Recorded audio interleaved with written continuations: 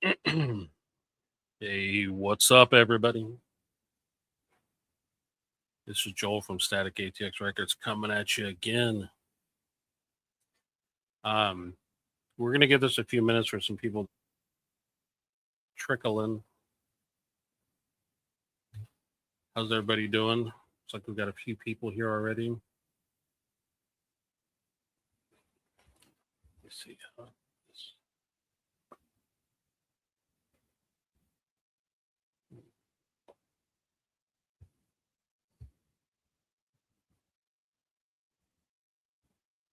This is the Record Store Day website. Up I am. How's everybody doing? If you're in chat, once you sound off, let me know. Let me know who's here. What it do? What it do, everybody? Um, for those who watch back, I will probably. I'm toying around with the idea of doing a DJ stream. I don't know if I'm going to do it later tonight or tomorrow, but I have some music I'd like to play, share with y'all. I might do that.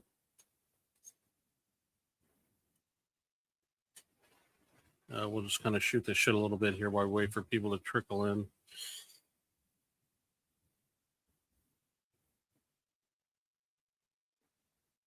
It's been an interesting week.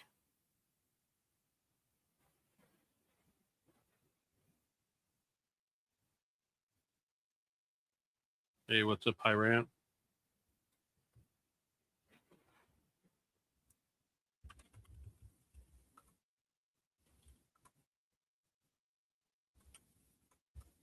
least I got the usual suspects in chat. I kind of did something different this time. I shared the fact that I was going to do this stream on my social media, kind of hoping I would get some new blood in here, maybe see if we can expand out the audience a bit. It's probably going to go a little bit different than what I think most people were probably imagining this was going to be. I want to talk a little bit about Record Store Day in general, what my experience has been so far. I think there's some misconceptions about Record Store Day out there, and I just kind of want to, as with everything else that I do, I'm going to kind of shine a light on it and talk about it in a transparent way. Hopefully, people will appreciate that. Maybe they won't. I don't know. But I'll go ahead and get started now. So about sorry,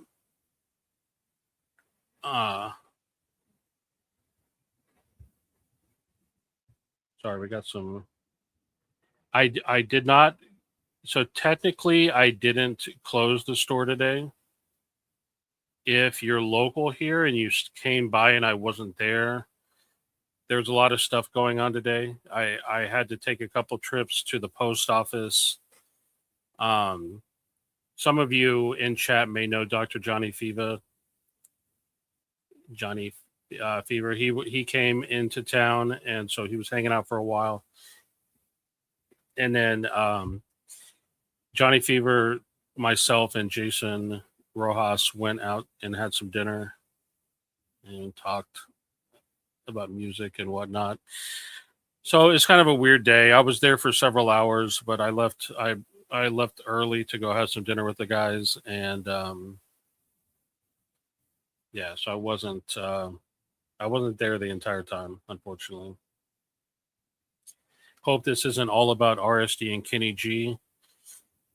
It is. It is. So if you don't want to hear about Record Store Day and Kenny G, then I don't know. I don't know what to do. Will there be a Kenny G RSD exclusive? That is the news. You spoiled it for everybody, Stevie, because that's exactly what is happening. They are releasing a Kenny G box set for Record Store Day this year, a complete discography from start to finish of all Kenny G. And if you buy the Kenny G box set from Static ATX Records, we will throw in a bonus copy of Time, Love, and Tenderness by Michael Bolton with every purchase. Yeah, I could tell, Stevie. I could tell.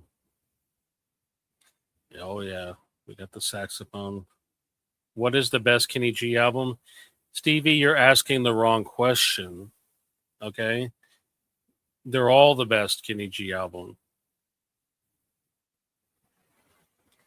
Was signing the RSD pledge similar to the Oath Keepers, or is it more akin to the Führer Oath? Oh my gosh. Hi, Rand. I would expect nothing less from you asking this question.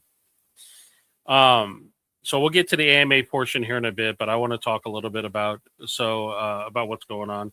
So a few months ago, as everybody knows, because I've said it a million times, the record store, I very much view it as an experiment. I'm in a unique position with Static ATX that I can try different things. I don't rely on Static ATX for my income, so I'm running the store, and I can experiment and do different things without having the stress of needing to pay the bills. Right? I'm in a very blessed situation that I have a really great day job. I do Static ATX on the evenings and on weekends. And I'm kind of experimenting with it, and I'm using it as a vehicle to learn about the indie record store experience. And Record Store Day plays into that, right? So a few months ago, I sent an email. I think if I remember right, there was a form that you had to fill out, talking a little bit like just requesting that you wanted to be part of Record Store Day.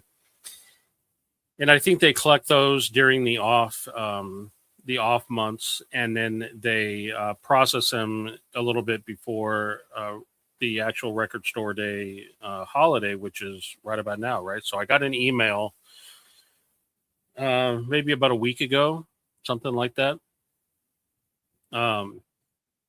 Basically, welcome me into Record Store Day, into the fold, and giving me some details and saying, like, if you want to get the exclusive, if you want to have do the exclusive releases, you need to sign the pledge and join a Zoom call. And that's kind of what I want to talk about here. So as long as you have a brick and mortar record store, they will, if you send in the form, they will list you on the website, on the Record Store Day website. This is without the P, indicating that you're a pledge store. In order to be a pledge store, which means you're able to order the exclusive releases as well as take part in all of the benefits of being part of Record Store Day, you have to both sign the pledge and join the Zoom call. The pledge is pretty straightforward. You guys, most of you already know about it. The basic rules are, when you're able to sell the records, don't price gouge. I forget all the other ones, but they're all pretty self-explanatory. There's nothing outrageous, anything about any of the things about the pledge. But I would love to answer later on if you have questions about anything to do with Record Store Day. I would love to answer them for you. What I kind of want to talk about a little bit is what I learned in the Zoom call to kind of dispel some of the myths out there. Now, of course, I can only tell you about what my own experience is and what I heard myself and what I've experienced myself. I cannot tell you about what may have happened 2 years ago or 5 years ago or 10 years ago. I can't tell you anything about any of that because I don't know. But what I learned was that Record Store Day itself, the organization, is basically run by two different people. One of them is named Carrie, and that's who I met. There's one other person, and I'm not 100% sure who that was. And we had a long call, like about an hour-long call with Carrie, where she kind of talked about Record Store Day. She talked about the pledge, went through everything and answered questions, and then she talked about some of the benefits of being part of Record Store Day. So this is some of the stuff I already knew just by reading the Record Store website, the Record Store Day website. A lot of people think Record Store Day. It's a misnomer because the organization is called Record Store Day, which sounds like it's a, it makes sense that it sounds like it's the day, right? The actual holiday, right? Like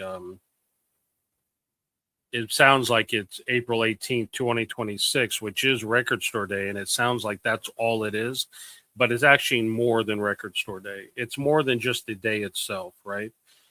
They do things like the RSD Essentials releases throughout the year.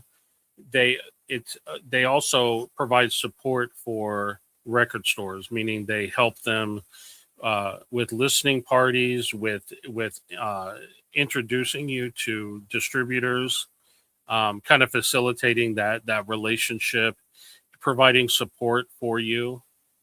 Um, yes.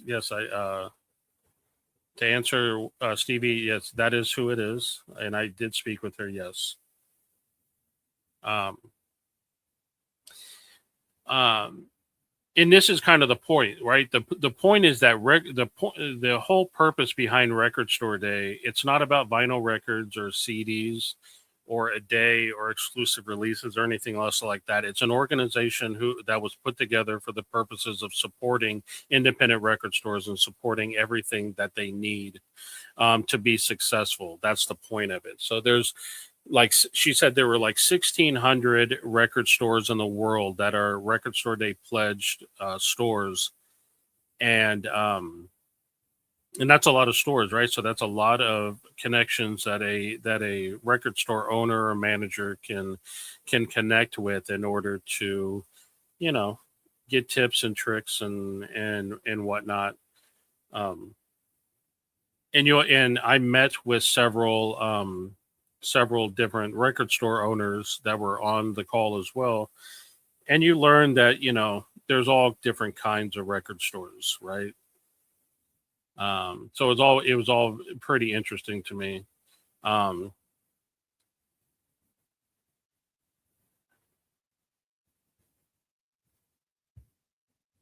she did not have a German accent. She was just an American like you and I. It's not a day; it's a lifestyle. Listen, you're probably, I don't know if you're joking around or what. I know we like to mess around a little bit around here, but I do think, I mean, obviously, I think independent record stores are extremely important. I've spent a lot of my time in record stores over the years, and I obviously really enjoy them. So the fact that so when it comes to the experiment part of what I'm doing, this is going to answer a lot of my questions, right? One of the things she talked about were the different distributors, like the major label distributors, like the Orchard and ADA. And I think she said there was one called Traffic. Um, a lot of these distributors, the reality is like when I decided that I wanted to open up a record store, there's not like a set of instructions out there about how you go about opening up a record store, right? There's nothing out there that tells you here are the distributors to talk to open up accounts with, anything like that, right? Like I had to figure all that stuff out myself, and it's hard, right? You make mistakes, right? So the fact that uh, like I look forward to the fact that I may be able to at some point have an account with a distributor like the Orchard or ADA for that, both of them. And the reason why I want to have accounts with them is because it's going to allow me to have the lowest possible prices I can on records. That's my whole goal in all of this is how can I how can I facilitate getting records to people or CDs at the lowest possible price that I can, um, because I don't want to see a repeat of what happened in the late '90s, right? In the early 2000s, where costs got out of control. I want to, and I want to see, can I do that, right? What can I do? And part of that is is getting an account with these distributors, right? The major label distributors, because that means theoretically, I'm thinking, I don't know for a fact until I see their catalogs, but if I could buy them wholesale for less than I am at the one-stop shops, then hopefully I can offer lower prices to everybody. So I already have an account with the majority of the smaller distributors, but they gave me some names of some additional ones that I can look into. There's one called Think Indie, which I've heard that name, but I wasn't quite sure what it is, so I'm going to look into that. I haven't had a chance to yet. The other one was Traffic. I think that was one of the smaller ones. Um, uh, yeah. So, and I think part of one of my suspicions was like, why can I not find any information about the orchard, right? Why can I not find any information about ADA, which I think ADA, someone can correct me in the chat if I'm wrong, but ADA is, I think that's Warner's, the Warner family distributors. So, and part of the reason why it's difficult to get accounts with them is that I think they have certain thresholds about how much, maybe how much money you spend or how many products you order. And usually a smaller store is unable to order as many as they require, right? But I want to dispel that myth. A store can order whatever they want. So like just because I'm a small store doesn't mean I can't meet whatever threshold they have. They have no idea what my finances look like. So that's what I'm going to fight to do. And I assure all of you that I'm going to avail myself of every single possible benefit of being part of the Record Store Day family as I possibly can. One of those being this one. I'm going to share this up here on the screen. There's a man by the name of John Berger, whose name I learned. I briefly met him. I didn't get to have a conversation with him. He is the owner of a company called Broadtime, and Broadtime does point of sale systems specifically for record stores. I need to look more into that, like what kind of point of sale systems they are and everything like that. That's really all I know about him. But he's also the creator of the RSD market.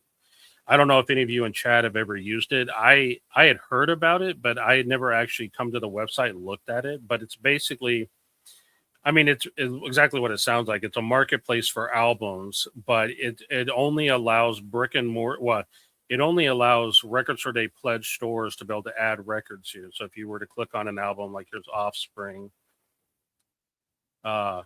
you can see here that Permanent Records in Kansas is Permanent Records. Is that Lance? Why does it say Kansas? I guess this is a different Permanent Records. Anyway, they're selling it, and I guess here's all these different formats. So I've signed up for Record Store Day Market, but I have not yet listed anything. I haven't even really dove super into it or whatever.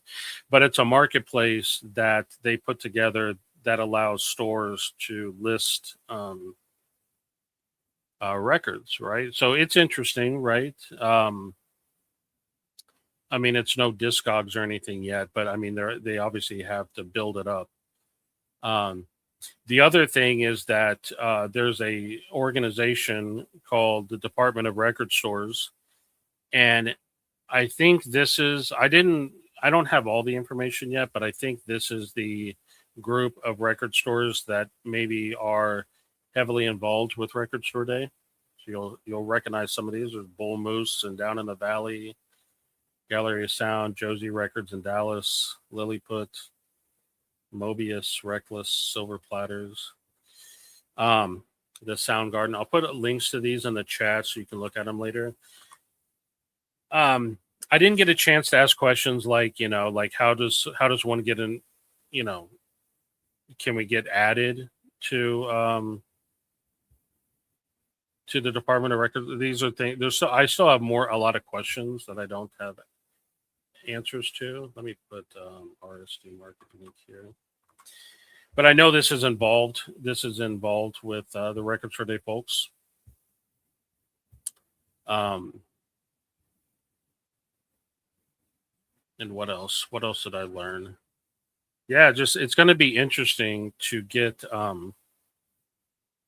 to get access to a lot of these things. Like I remember there was a listening party, and I forget what the album was, but it was like a few months back, and I wanted to do it at my store, and I reached out to and I'd heard about it through the distributor. And I reached out to the distributor, or no, sorry, the distributor emailed me, and I think not me specifically, but sent out a mass email to everybody. Hey, if you want to do a listening party, let us know. And I responded back that I did. Well, it turned out I had to be part of Record Store Day in order to do it. So they were kind of just mass blasting the email out without knowing who had signed the pledge and whatnot. So now that I am, like some of the listening parties coming up that you can do as part of Record Store Day, you have to be approved and stuff like that. There's still a process. But there's Harry Styles, the Morrissey album, BTS, Jazz Dispensary, Lamb of God.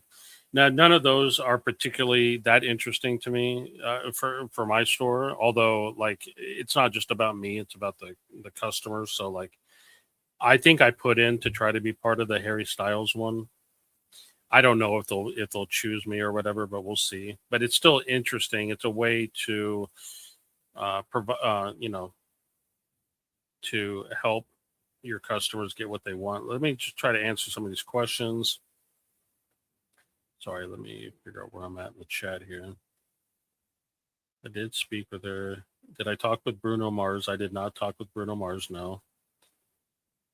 I will say that I take a dim view of RSD and it isn't for me. You do you.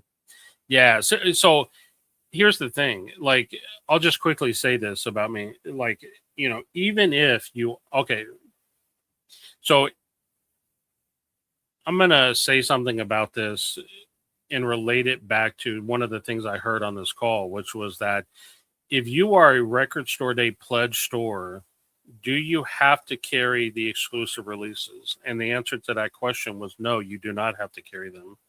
You could carry one, you could carry all, or you could carry none.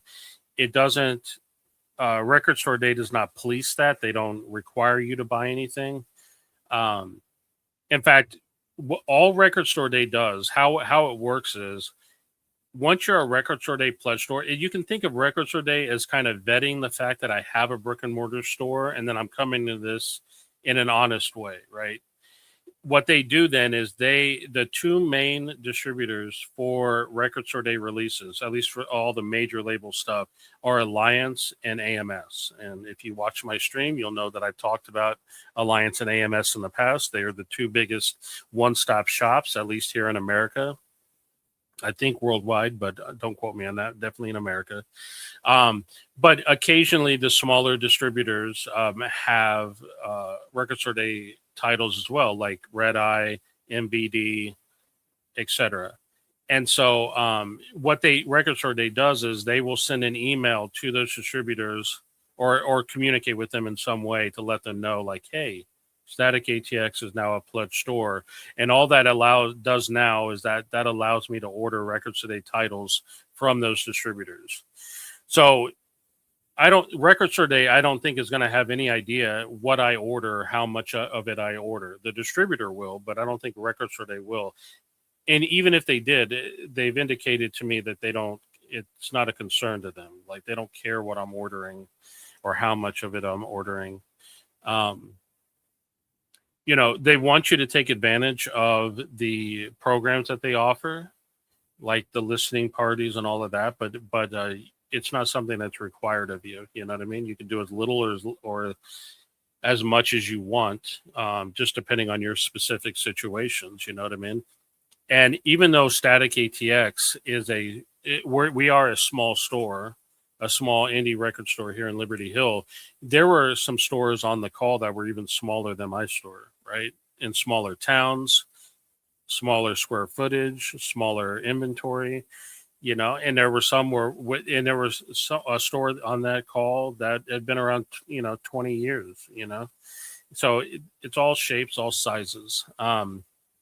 So even if you don't like Record Store Day in the sense of the exclusive releases, if you like independent record stores, which I'm well aware of some of your opinions on that realm, you may not have any need for Record Store Day at all. But if you like independent record stores, you should like Record Store Day because of the fact they're providing support to independent record stores and helping them do what they do. You know what I mean?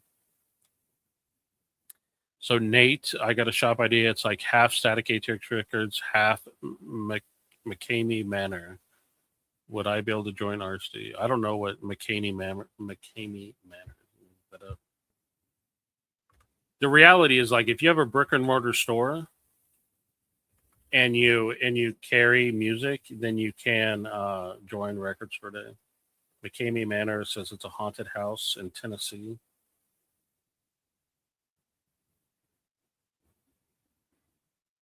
I mean, the answer to that, Nate, is yes, you can. Sign to deal with the devil. That's the thing is, like, I know we joke around and everything like that, but there's really nothing evil about them. Did I get the scoop on RSD releases? Not yet. No, I did not. So I don't know. They will get the list along with everybody else. I will say that what I've learned is that from the day that the list is released, stores have 2 weeks to put in their orders with the distributors. So once the list is released, I will probably do another video and I will reach out to those in my community that want records, and I will ask them to share with me what records they're interested in, so I have a sense of what they would like me to order. And then I will do what I do with everything else. I will order additional things based on what I believe that I could sell, things that are in my wheelhouse. I won't, even if I wanted to, which I don't particularly want to, I wouldn't be able to order everything. We're a small store. I've limited, you know, I'll order enough. It's going to be a big day. It'll probably be the biggest order I've ever done, but I'm not going to go crazy and order everything. I'm going to be smart about it. I believe everyone finds out what titles are available. Yeah, exactly. Like, we're not, I mean, obviously, I think Carrie has some idea of something that's coming out, right? She meets with the labels, she's coordinating all things, but stores don't get any kind of sneak peek or anything like that. I mostly love the concept of RSD, but I do get annoyed with stores that sell coveted titles a week later at flipper prices. Okay, so let me talk about this because this is important. Okay, so how this works, how they explained it to me is this. So Alliance and AMS are the two main distributors for Record Store Day, for the majority of the titles. They're going to have most likely different prices, meaning different wholesale prices as well as different MSRPs for the records, right? Like they do with everything, right? They rarely have the same price. Record Store Day as the organization is going to create a third list, right? They're going to have all of the records that they offer, and they're going to have their own kind of MSRP. And it's generally going to be the higher of the two of either whatever Alliance says or AMS says, right? So let's say like a Record Store Day title is like, let's just say it's $34.99, right? Let's say that's the highest price. Record Store Day is going to give us that price list, and they're going to say, okay, the price for this record is $34.99. It doesn't mean you can price it lower if you want, but the most you could possibly price it is going to be $34.99 plus 20%. Because one of the things on the pledge is you're not allowed to price gouge, and price gouge is subjective, right? What one person thinks it is may be different from what someone else it is. So they defined it for Record Store Day, which is 20% margin in addition to what the price is, right? So it'd be $34.99 plus 20% is the most a record store is allowed to charge. And they said that every year when Record Store Day happens, they get a ton of reports from people where they're reporting stores that are pricing higher, and Record Store Day investigates all of them, reaches, and if they find that a store is breaking this rule, going above the 20%, they will reach out and deal with it.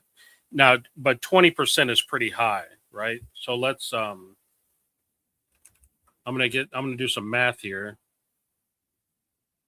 If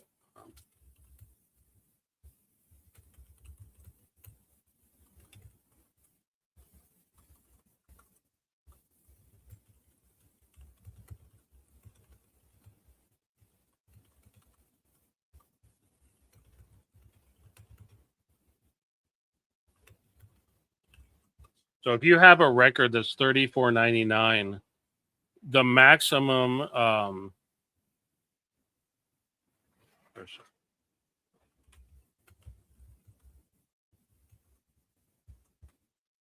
sorry, give me 1 second, guys. I gotta do. I'm doing some math here. Okay, so if a record is if the price we're given is 34.99, the most a store could possibly price that out is like basically 41.99, right?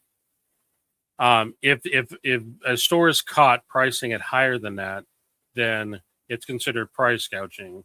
Now, that's stores, right? Which means that stores aren't allowed to be flippers.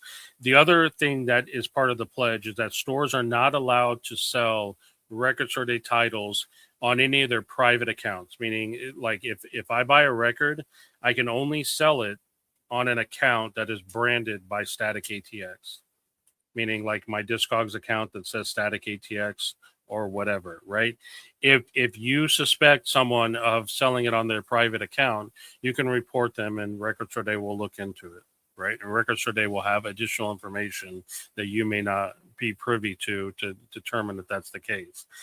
Now, if what you're talking about is flippers, meaning like you as a customer come into my store, you buy the record at $34.99, and then you go on Discogs and you sell it for $99.99. Obviously, Record Store Day has no way of stopping you from doing that. Now, that's another part of the pledge, which is that they want you to discourage flippers, and they give you suggestions on the way to do that, right? Like one of the suggestions they give stores is that you could limit it to one title per customer. That'll stop someone from coming in and buying all the copies of a record just to go and flip them. Now you don't have to do that, right? You don't have to limit them to one, but they suggest that you do. They want you to, in good faith, um, discourage flipping, right? But they also recognize the reality of the fact that like you can't really stop someone, right? Because someone could just come into the store, buy, even if you limit it to one, someone could come in, buy one, leave, come back later, buy another one. They could do all this, right? So, we can talk about flippers all day long, but all you have to do is just not buy it. Have self control and don't buy it. Even if that means you miss out on it, it's better than supporting the flippers, in my opinion. Um, Ivan, no music today. So I mentioned this at the beginning of the stream. I will be doing a DJ stream either later tonight or tomorrow. But right now we're talking about Record Store Day. I did not know until 10 minutes ago that Bruno Mars was the ambassador, and now I have Uptown Funk stuck in my. It's weird, this whole ambassador thing. Like, I don't 100% know. Like, sometimes that means they have like an exclusive release on the list. Outside of that, I'm not 100% sure what it means, right? Because I remember the year Pearl Jam was the ambassador, and there was a year that Metallica was the ambassador. I don't really know what that means, really. Bruno Mars out with a new album. Yeah.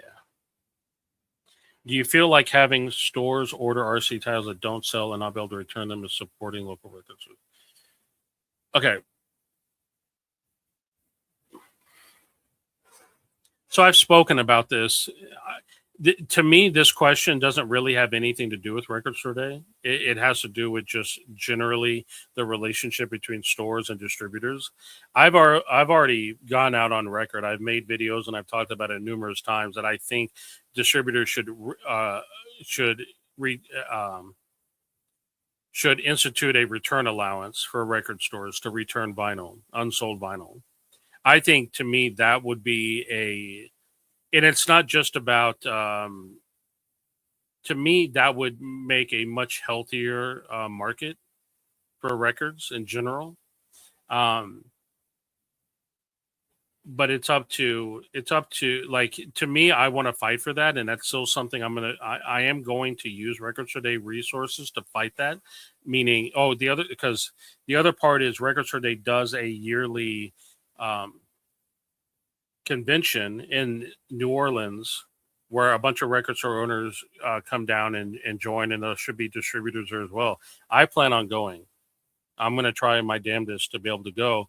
And this is one of the things that I'm going to go down there with my mission to do, which is figure out how we can make this happen. I'm going to fight for it. It would be nice to do that with Record Store Day titles as well. But I think a lot of what you were hearing from record stores now is that it's important for record stores to be smart about the way in which they order. Like I said, there's no requirement to order anything on the list. You could order as much or as little as you want. I can order one title if I want. I could order 0 titles, and that's okay. I could order 1 title. I could order 2 titles. There's no one saying that there's a minimum number of titles or a minimum quantity of those titles that I have to order. So if a store orders too much, at least with the system the way it is right now, the store needs to take responsibility and not order that much, right? Like, and if you want to fight with me, if you want to fight with me to get distributors to institute the return allowances again, let's do it. I'm all about it. You know what I mean? That's my goal. I believe RSD benefits a corporation more than independent record stores. A sham. Just my 2 cents. So, what corporation are they benefiting? Record Store Day as an entity is 2 people. They get some sponsors to help promote Record Store Day. They do the RSD essentials. They facilitate communication between independent record stores and distributors. That's what they do. I understand from the outside people feel like this, but like, what is the sham? Like, what is the sham? Like, what do you think it is? Because there's no sham to be had here. I don't get that. Do you have to order a certain? No, you don't. So I've answered this a couple of times now. You don't have to. You don't have to order any. You could order 0. Like, it doesn't have anything. It doesn't. They don't care. Is allowing stores to order RSD titles far in excess of what they might sell in order to have robust online sales in the spirit of getting people into record. Is allowing stores to order RSD titles far in excess of what they might sell in order to have robust online sales in the spirit of getting people into record stores.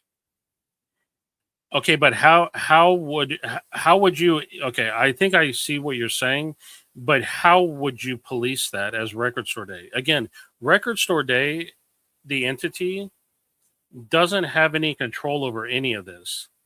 At this point, Record Store Day has told Alliance and AMS that I am allowed to order titles. And then when it's time, I'm going to go onto Alliance's website or AMS's website, and I'm going to order titles. Record Store Day is not going to know how many titles I order. They're going to have no control over how many I order. Literally, all the stores are going to place their orders on their websites the way they order anything else any other day of the week. The distributors take care of allocating them, right? So, like, the distributor is going to allocate them the way they do everything. And just so everyone's aware, titles get allocated all the time. Okay? Anytime a new release comes out, it's allocated in some form or fashion, right? It's been a while since I've ordered enough of a title in order for me to be affected by, quote, allocation, because I typically don't order enough. But like when the Meepy Manifesto reissues came out, I ordered a ton of them, and I got allocated, right? Like, they only allocated me a portion of what I ordered because they didn't have enough. And to go around. So that's all that happens to a distributor. Record Store Day is just it's just a busy day. they don't care. Like this could be a record store day title or it could be a non-record store day title. The distributor doesn't give a shit, right? It's just a record to them. So they're going to allocate them in using the normal systems that they have. It's not a separate thing. So don't get me wrong. Like if you saw a store ordering obscene amounts and then selling them online, I don't like if as long as you're not price gouging, like what's the point? Like I get it. Like you're saying like it's preventing people from going into the store. I guess I get see what you're saying, but I don't know. I don't know how anyone would police it. I thought it was mandatory one per customer. I thought I heard Mike East. No. So this part of the pledge regarding the discouraging flippers, what's in the pledge is they expect you to, in good faith, discourage flipping. The way in which you choose to do that, there's nothing in the pledge that says you have to limit it to one per customer. They suggest that. They say this is a good way to discourage flippers by doing one per customer. And some stores may say, okay, I'm going to do that. I'm going to do one per customer. And they may make it sound like it's mandatory. It's mandatory at the end groove that it's one per customer. But Record Store Day did not mandate that it had to be one per customer. Does that make sense? Is there a way to look back at RSD prices on? Is there a way to look back at RSD prices? I remember seeing one that seemed really high on Black Friday, but I don't know what it was listed at. Okay, so I guess as a customer, there's probably not an easy way for you to do that because those prices aren't made public. But like I said, if you suspected somebody of price gouging, like a store price gouging, you could report it to Record Store Day. They said it happens every year. They get a ton of reports and they investigate every single one of them. So if you suspect someone of doing it, you can report them to Record Store Day. Or you can reach out to me. I'll tell you what the price is. I'm going to be completely transparent. I'm a little hesitant to announce this because I don't know quite how this is going to play out. But you all know how I feel about pricing of records. You know that I'm not in this for like making some massive profit. There's a very high likelihood that I'm going to do something pretty radical during Record Store Day regarding my prices and having them be lower than what you're going to see anywhere else. I don't know exactly how that's going to look because I haven't seen the list and I haven't seen the prices yet. I obviously don't want to lose money, but I'm going to do something radical. And if anyone's ever curious about what something costs or whatever thing like that, it's not private information. I will gladly share it. So if you suspect someone of price gouging and you want to know what the quote price was, the MSRP, I will gladly tell you what it is. I got no problem with that. Are you allowed to use official RSD planners and other signage and display them in? Yeah, we are. So the way they do this, the way Record Store Day does this, is they create a like a promotion package, and there's things in there like a banner and the posters that they do and what promos and whatever else they throw in the box. A store does have to buy that, right? Because it's obviously costing them money to create. So I think it's like $150 and it's completely optional. Stores don't have to buy it, but I did buy one just because I'm curious about it and I want to see what's in it and what it's about, so I could have an opinion, like an educated opinion about it. But the thing they said is definitely going to be in there is a banner. A store is only allowed to buy one. One per store that they have. So if you have 10 stores, you could buy 10 of them. The other, if you don't want to buy that, you're allowed. The Record Store Day gives stores logos. Like if you see that thing that I put on my Instagram, let me share it. Hold on.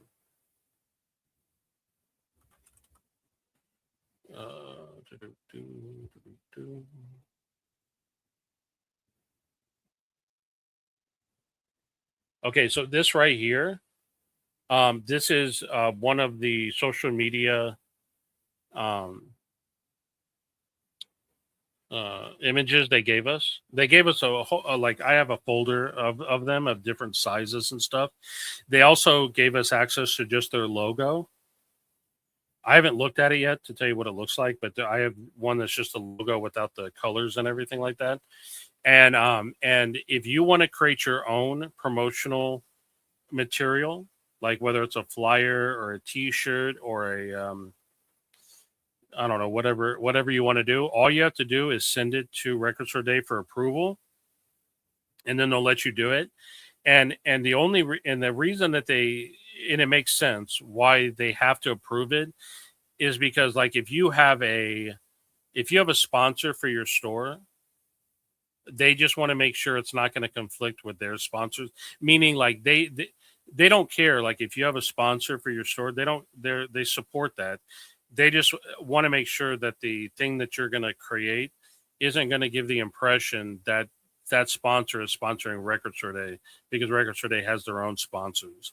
And this is a very corporate thing about sponsors and stuff like that.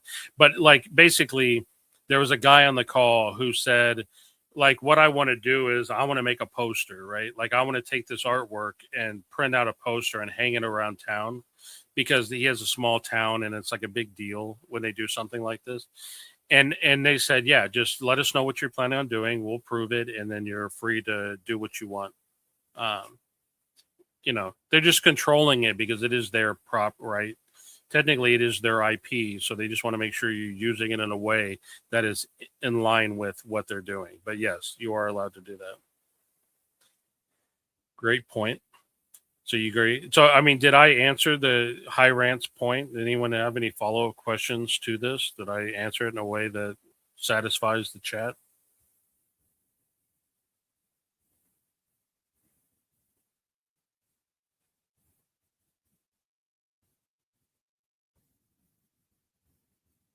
Let's see what we got here. How does a store get the RSD swag bags for customers? Yeah. Do you plan? Yeah. So 100%. I don't know if the bags are part of the promo thing, like the promo thing that I bought, or whether the bags come from the distributors. I'm not 100% sure. But rest assured, at least this first time that I'm doing Record Store Day, I'm going to request as much stuff as I can get to give to customers. Um, but no one specifically mentioned the bags. But I will tell you, I get promo stuff all the time from distributors, and I even posted about it on my Instagram. Let me go back and share this. I made all these posts right here about, here's promo stuff I got. I got a poster for the Snooper album.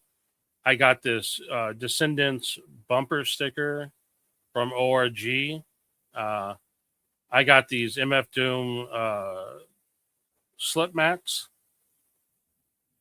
I got all kinds of swag from Rhyme Sayers, which is a hip hop label. I got this Aesop Rock. What do you call this? Like a tumbler, some Rhyme Sayers socks. For Kim Deal from 4AD, I got these keychains. And I'm going to make a point after I get done showing these. From Matador, I got these sticker packs with all of the stickers for all the albums they'd released around that time. There's, I think this one's curved back here. I'm not 100% sure what it was. I forget. For David Byrne, I got these postcards. For Krangbin, I think that's how you pronounce her name. Pardon me if it's not. I got these posters. For Haley Williams, I got these totes. And in fact, I made a little joke about the fact that they sent them to me after the fact. Like after I'd already sold all the records, they sent me the tote bags for Haley Williams. And I think that's it.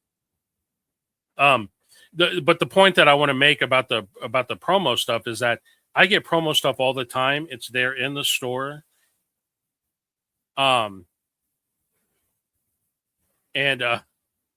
And nobody takes it. You know what I mean? I have all kinds of promo stuff, and I will give it to you if you. I mean, I do want to make it available to people to buy stuff only because I don't want people just coming in and just saying, "Hey, what free stuff will you give me?" Um, but Stevie, if you want that bumper sticker, you can have it. It's in. You can pick it up tomorrow when you come in. And I will tell you this, and I could be lying, but I'm not. I will flat out tell you guys, I have taken home 0 promo items from the store. I don't. You guys have to understand. Like I've been collecting records for like 25. How old am I? I'm old as shit now.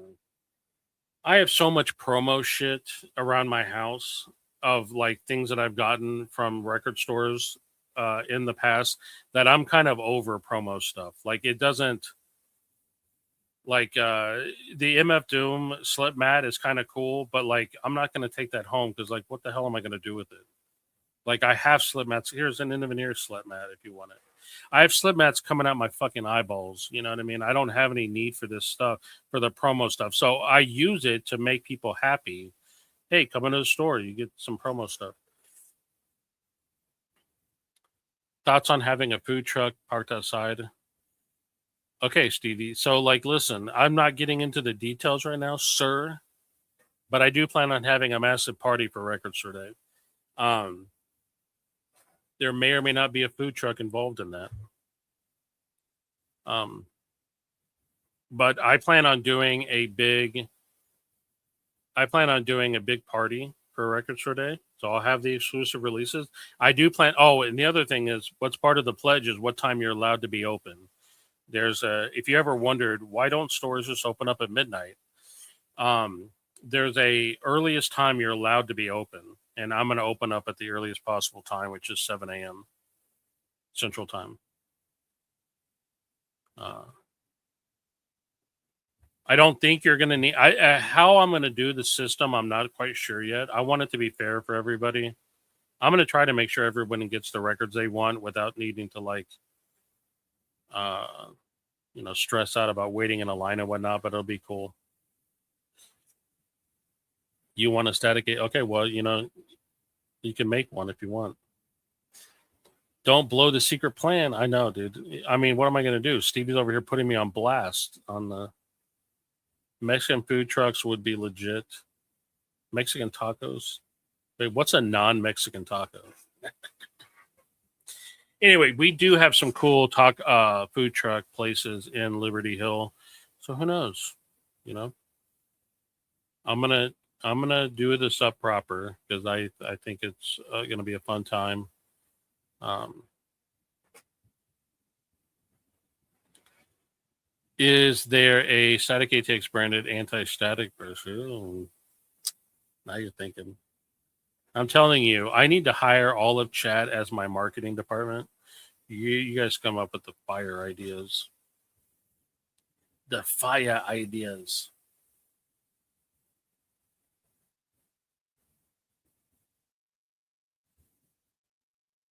Um, yeah. Non-Mexican taco is taco. Static ATX koozies and bottle openers. You guys are goofy, man. Um, I try to spend all of my money buying records for the store so that you guys can buy them. I have so far avoided buying like swag and stuff like that. I do have pins. I don't have any with me right now, but in the store, I have little pins, little like because back in the day, you'd always get your little pins, like 1 inch pins. You put them on your coats or hoodies or whatever. I do have a little static ATX pins. If you order anything from me and you want a pin, I will give you one. They are free. I do not charge for them.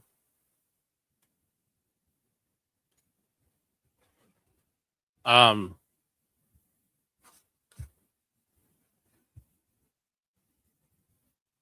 Speaking of,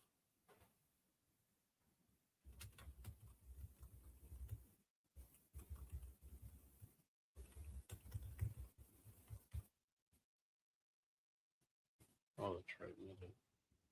Um,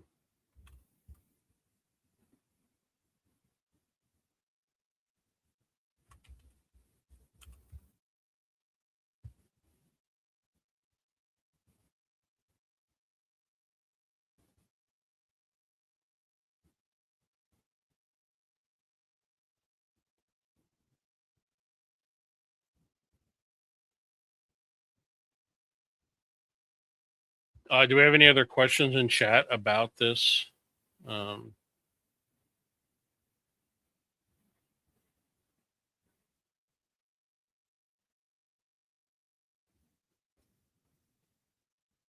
about Record Store Day? Um, hey, Vinyl Dreamscape. Hey, I appreciate everyone joining. I've already done a big spiel about Record Store Day. Um, I don't know. I'm really excited. I'm going to try to get accounts with these other distributors. I'm hoping Record Store Day will help me like they said they would. And I'm going to do the convention. And when I do the convention, I'm going to absolutely be picking their brain, trying to listen. I want it to be possible to have a small to medium sized independent record store and have it be successful. So I'm absolutely going to be fighting for return allowances. I'm going to be fighting for lower prices. I'm going to be fighting. There's other things that I want to fight for that aren't record store day related, but are record related. Things like better prices. Um, you know, a healthy margin for record stores so that they can thrive, right? Um, hey, Vinyl Dreamscape. Hello. Thanks. I appreciate that high rant. I know how you feel about record stores and about selling stuff to them and all that kind of stuff. You would have had an interesting conversation with someone in the chat last time because someone in the chat last time was talking about how they think record stores pay too much money for used collections, which means they're not able to have them at low enough prices. And that was an interesting little uh, conversation there. Static ATX branded stickers and small rounded t-shirts would be cool. I agree. I don't know if I'll have enough time to do t-shirts and stuff like that. I could do stickers. I could. I struggle with that a bit because I would have to sell t-shirts, but I'm thinking I could probably get stickers at a low enough price that I wouldn't have to sell them. I could just give them away. I don't really know. I don't really like the idea of selling stickers. Um, Only because I feel like if someone takes a sticker and they stick it on something, that's free promotion for me. Like, why am I having them pay me to do that? I feel like stickers, I would treat it as like a promotional item. And t-shirts are promotional as well. It's just t-shirts are going to be more expensive, you know. But I could look into that. I'm also really picky about the t-shirt quality. Are you prepared for the possibility of, yeah, right, dude. Listen, if that happens, Stevie, I would love it. Free stickers from record shop is hella cool. Yeah, I wouldn't. You wouldn't buy a sticker. Yeah, yeah. That's just me. Like I don't fault anybody for selling stickers if they need to, but it's just not something that I would want to do. Only because I don't know, it's weird. Like in my promo box, literally at the store right now, are some stickers from some bands that I actually bought. I went to some shows, bands were selling the stickers, I bought them. And then I'm like, what am I going to do with stickers? Like, I don't have anything to stick them on. I could stick them on my flight cases over here for the turntables, but instead they're in my promo box. Anyway, that's just me thinking. Um, yeah. So I did just see, this is a little off topic, but I had my screen open up over here and I was trying to find something and I stumbled upon somebody on social media that posted a copy of this Borghesia Clones album that Dark Entries reissued. If you don't know Borghesia, they're really good like industrial band, and I was unaware that Dark Entries reissued that. So I'm going to order some for the store. Uh,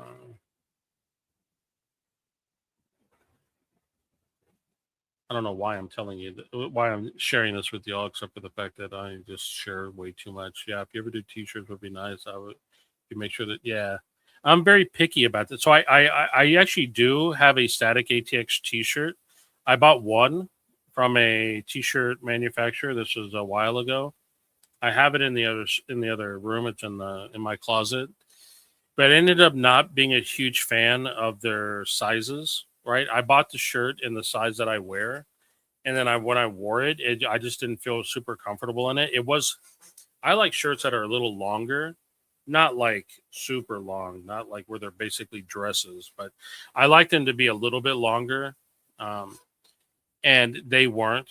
They were just a little bit shorter than I want, which is great if you're like a small person. But if you're taller, if you're bigger or taller, those kind of shirts aren't the best. Um, so I'm super picky about t-shirts. It's really fucking. I'm really weird about t-shirts. One side of a calyx is my sticker wall. Stickers are always welcome. Wahoo style. Also, surf skate shops figured it out long ago. Just hand out stickers all the time. Yeah. Yeah, that's how I would do it if I did it. And I do have my calyx here. I just don't put stickers on them. I don't know why I don't. I guess I could put stickers on it. When I had my music block, I had one single Keep Austin Wonky t-shirt made.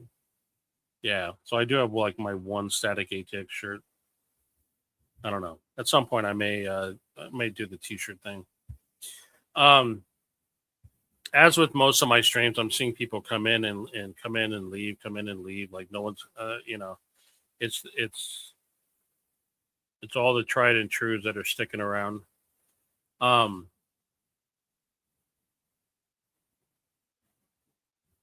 me see. Let me think if there's anything else I wanted to share. I thought the pricing information about records today was pretty interesting. I did ask them specifically, are there any minimums of prices? Like they put an upper limit of how much you can price records today releases at, but they didn't make a minimum. So I can go down as low as I want to go. I'm sure that's not something most stores would ever would ever say, but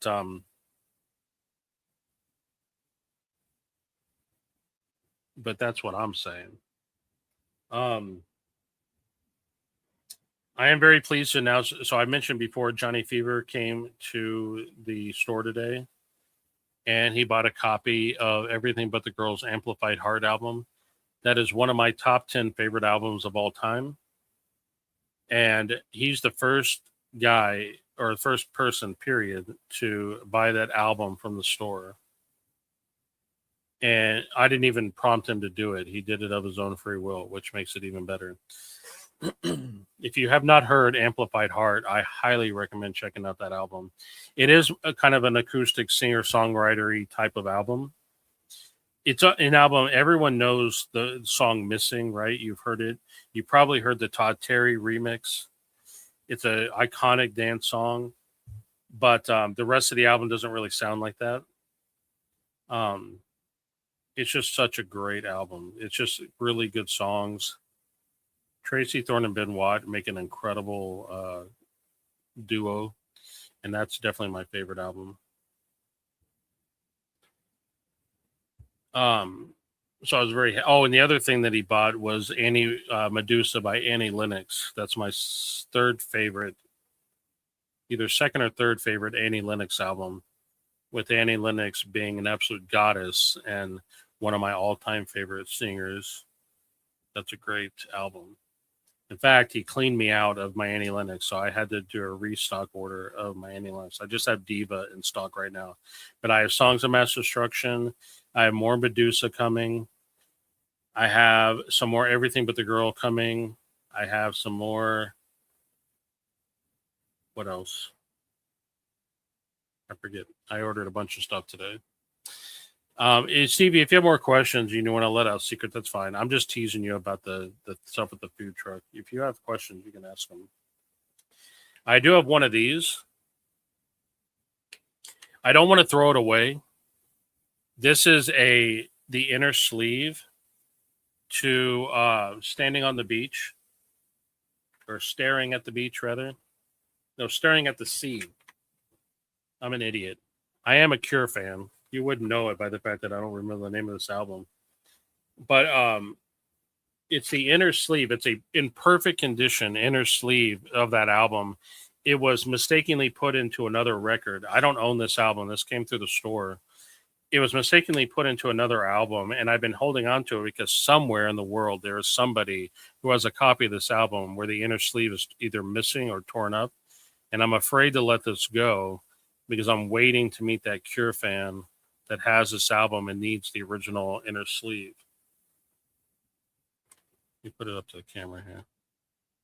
Look at these songs. Killing an Arab, Boys Don't Cry, Jump on Someone Else's Train, A Forest, Primary. Look at all this. It's a great collection of early Cure songs. Somewhere along the way, I will find someone who could use that. Christopher, thank you. I appreciate you giving me good luck.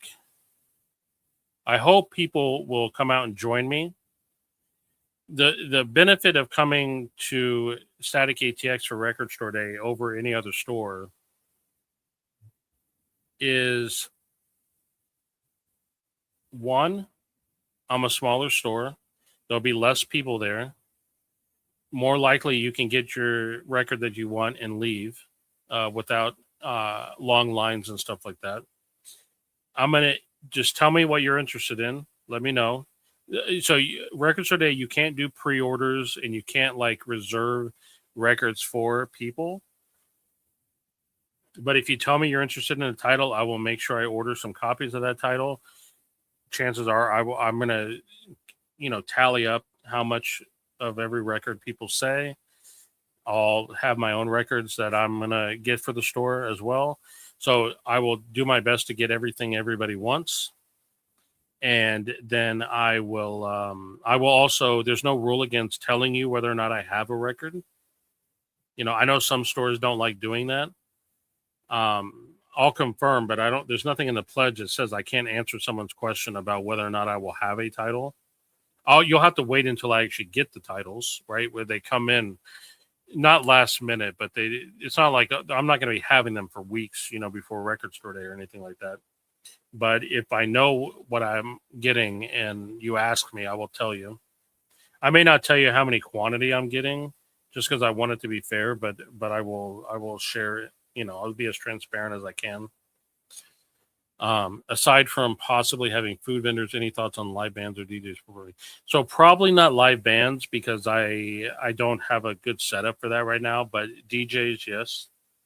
I want to have DJs. I have equipment to make that happen. I will try to make that happen. Yes.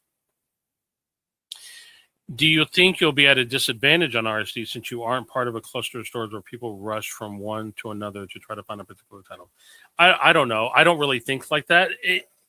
You're right that there aren't other stores near me. Piranha's, it's a kind of equal distance to go over 35 to Piranha or to go down 183 and hit up a Breakaway or a Waterloo. I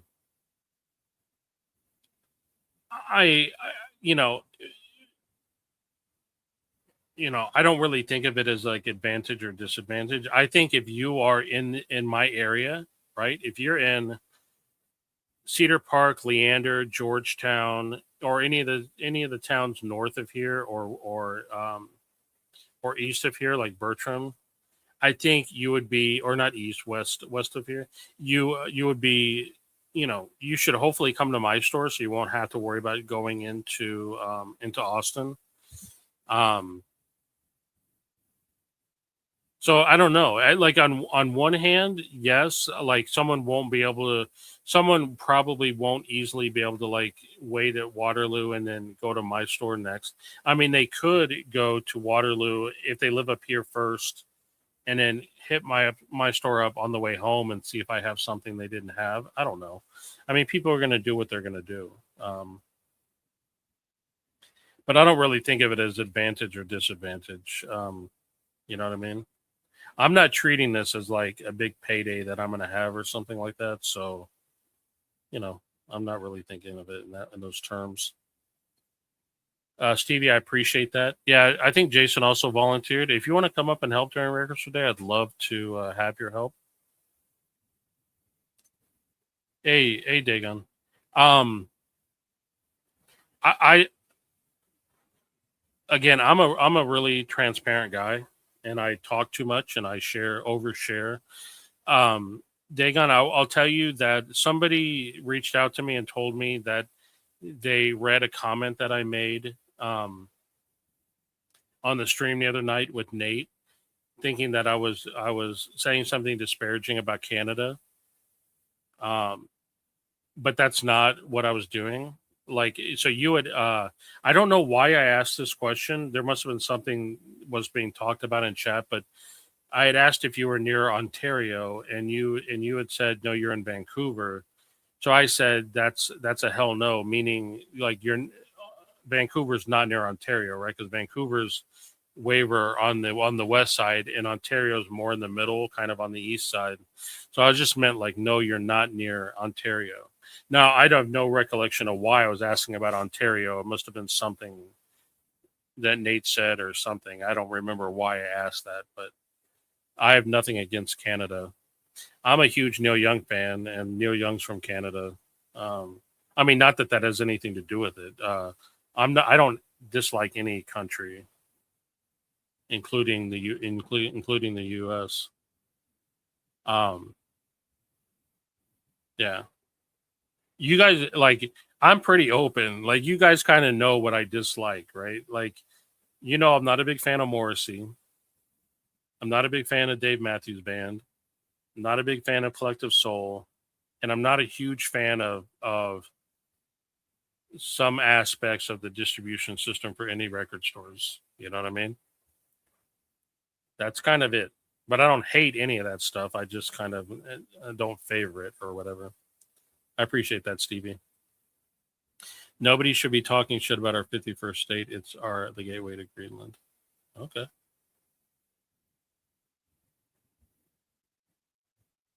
Well, look who decided to show up. He finally shows up. How long are we in this? Hour and a half almost? And now you decide to show up? So you're really going all in for RSD. Just don't overdo it and then get stuck with a bunch of titles that won't sell. Yeah, I don't plan on doing that. So I've already said this a few times. Wait, my chair. What's going on with my chair? What I plan on doing. So stores have 2 weeks. Basically, the list is going to come out, and then stores have 2 weeks to place their orders with the distributors. And there's no benefit in getting your order in first or before anybody else. That's not the way the distributors work.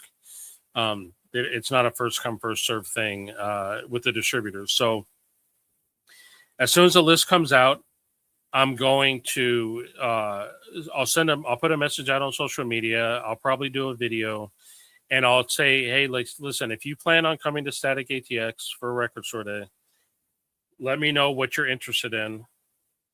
And then that's the stuff I'll use as a basis for what I order. I'll also be ordering other things that people don't tell me about, things because you know,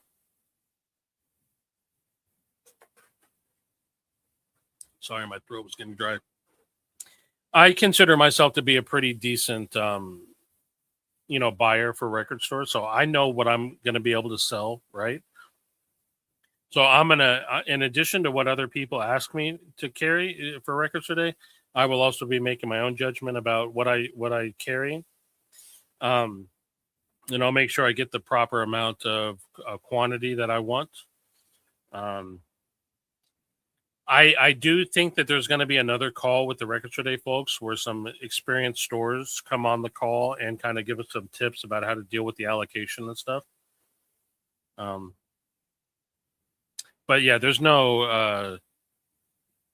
I'm not gonna go overdo it for Records Today. Hey, listen, I want to let you guys in on a little secret here. Hopefully, you can hear me okay.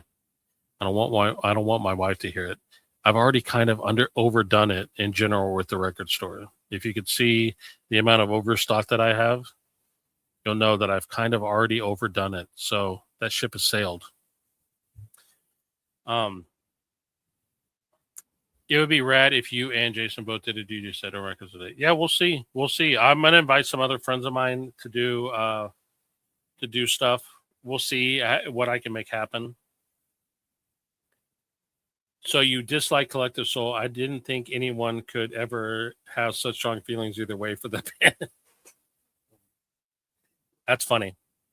Um, no, my whole thing with Collective Soul goes back, and we've discussed this on a stream before, which was, so I'm an MTV kid, right? I grew up watching MTV, and there was that era after Kurt passed away where MTV just lost their fucking minds, and they did not know how to show other videos.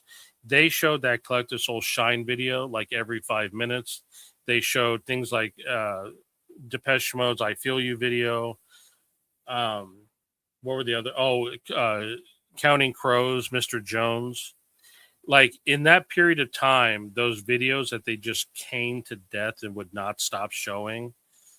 Like all those groups, I just kind of dislike just because MTV killed them for me.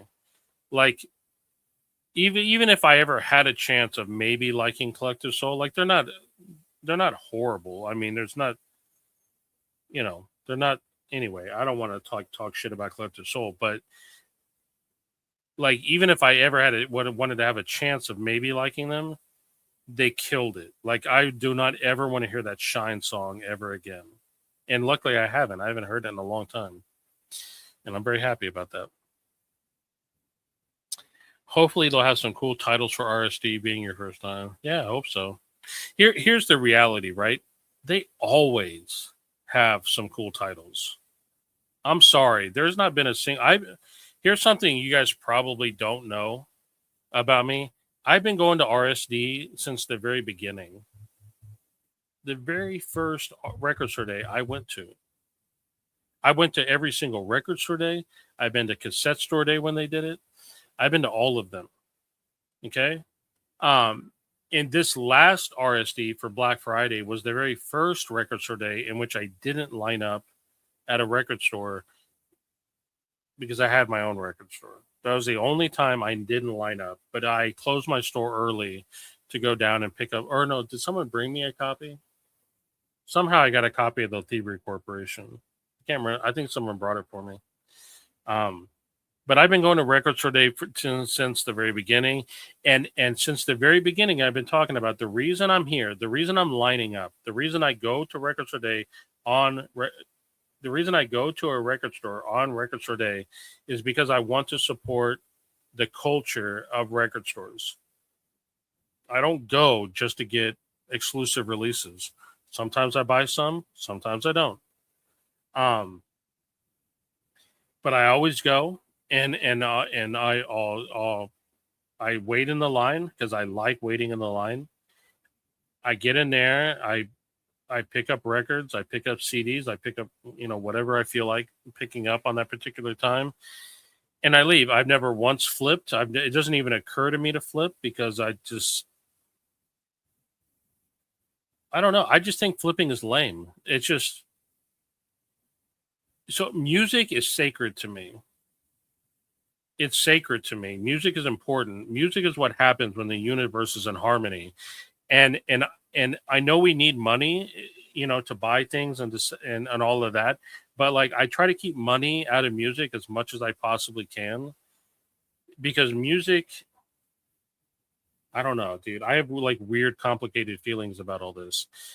But all that to say that like flipping is just lame, dude. But like if someone wants to flip, like fucking so be it. Like do what you got to do. It's just not for me, you know.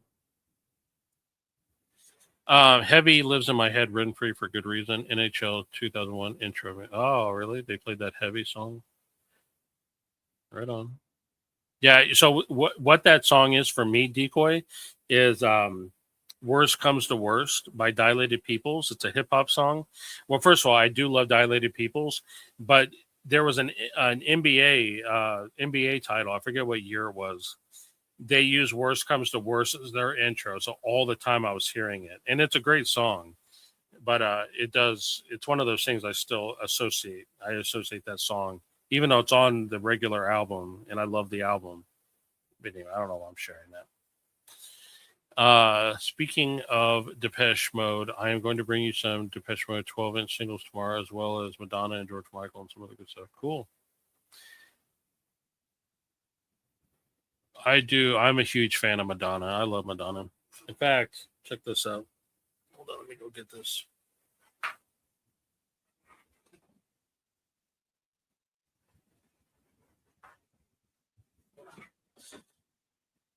I got this Crazy for You. $2.99 at Breakaway. The Crazy for You 7-inch.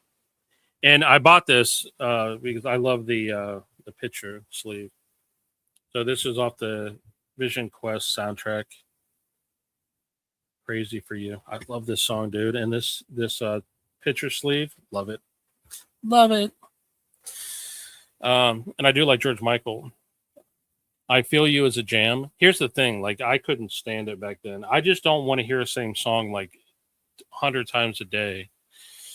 I've grown to enjoy Depeche Mode. Like obviously Depeche Mode's great, right? But So Fat, that particular album, it is a great album. I've grown to love it. I never want to hear Personal Jesus again. I'm so sick of that fucking song.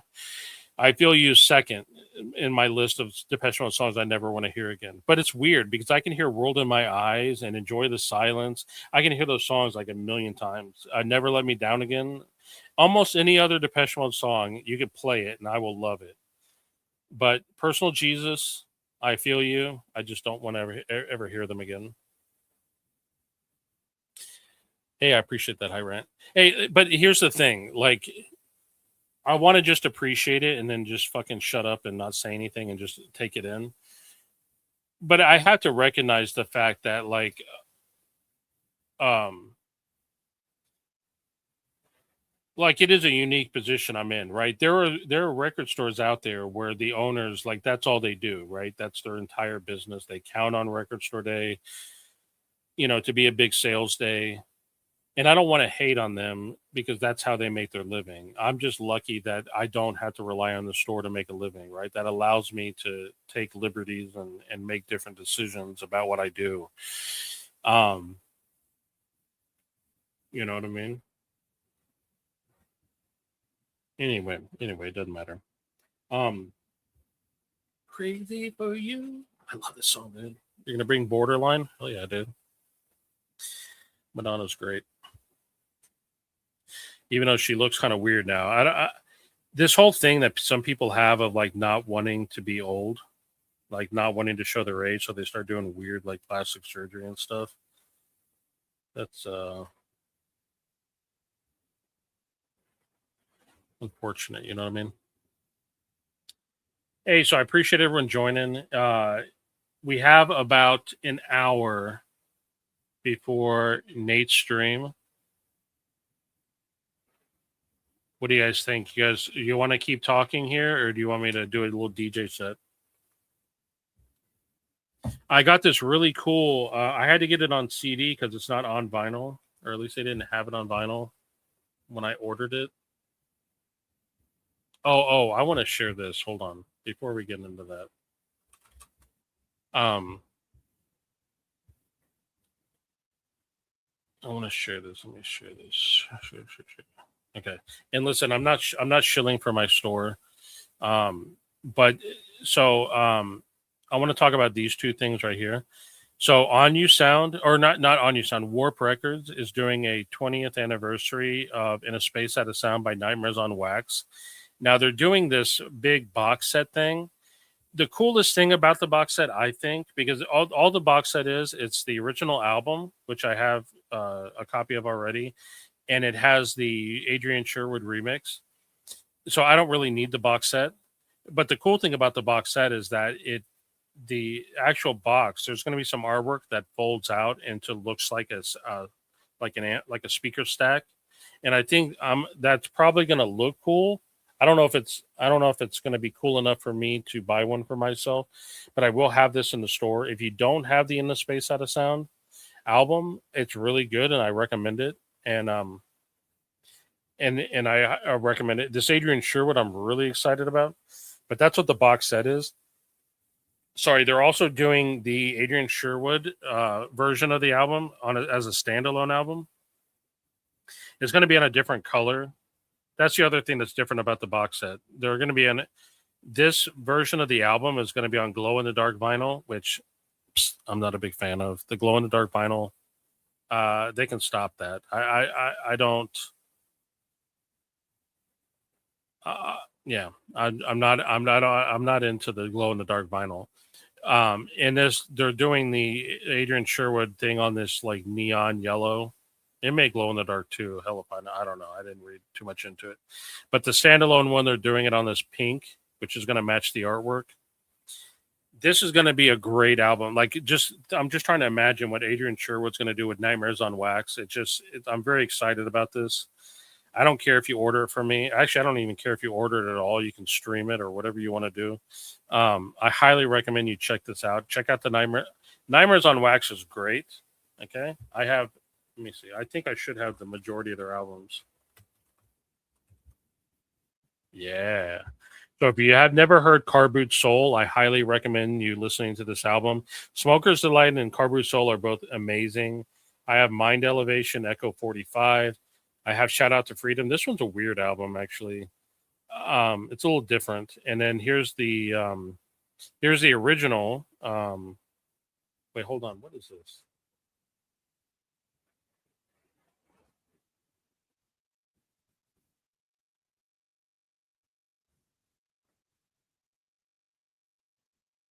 Wait, is it?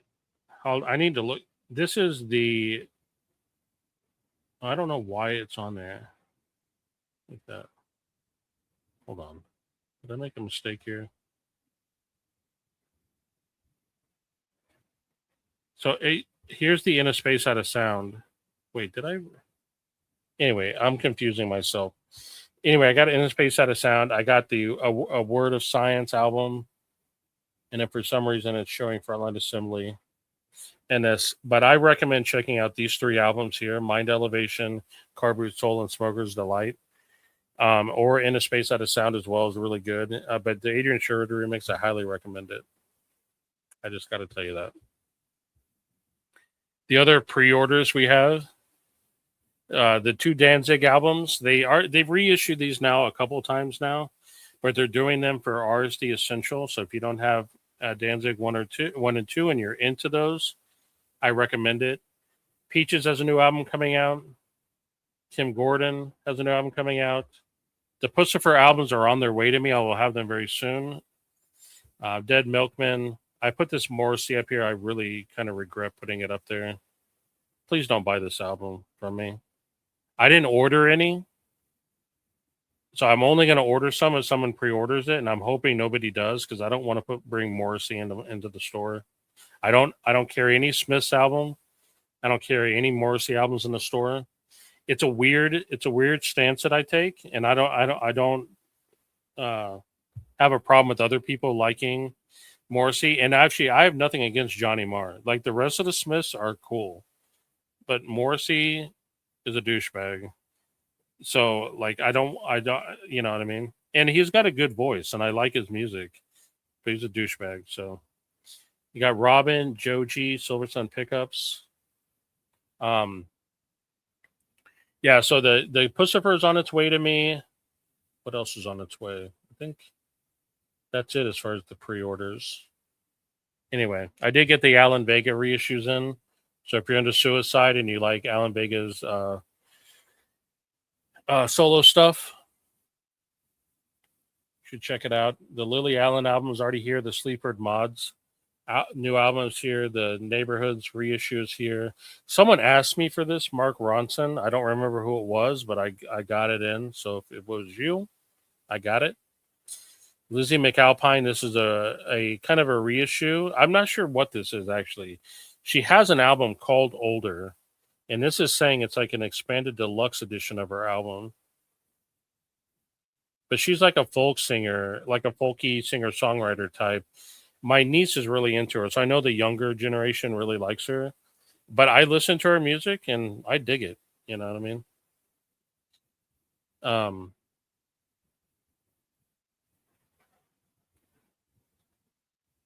This year's the 20th anniversary of Lily Allen's debut album, so I'm hoping for an RC. Oh, that'd be cool. Damn, I can't even get a memo you are going live. I will put it all over my social media, man.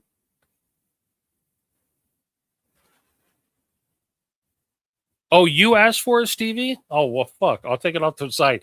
I'm sorry, man. I need to start taking notes because I ordered it and I'm like, I don't know. I couldn't remember why. I should have figured it was you. Anyway, I'll have it in the store for you tomorrow. Let me take it offline so no one accidentally orders it. That's my bad, man. My bad.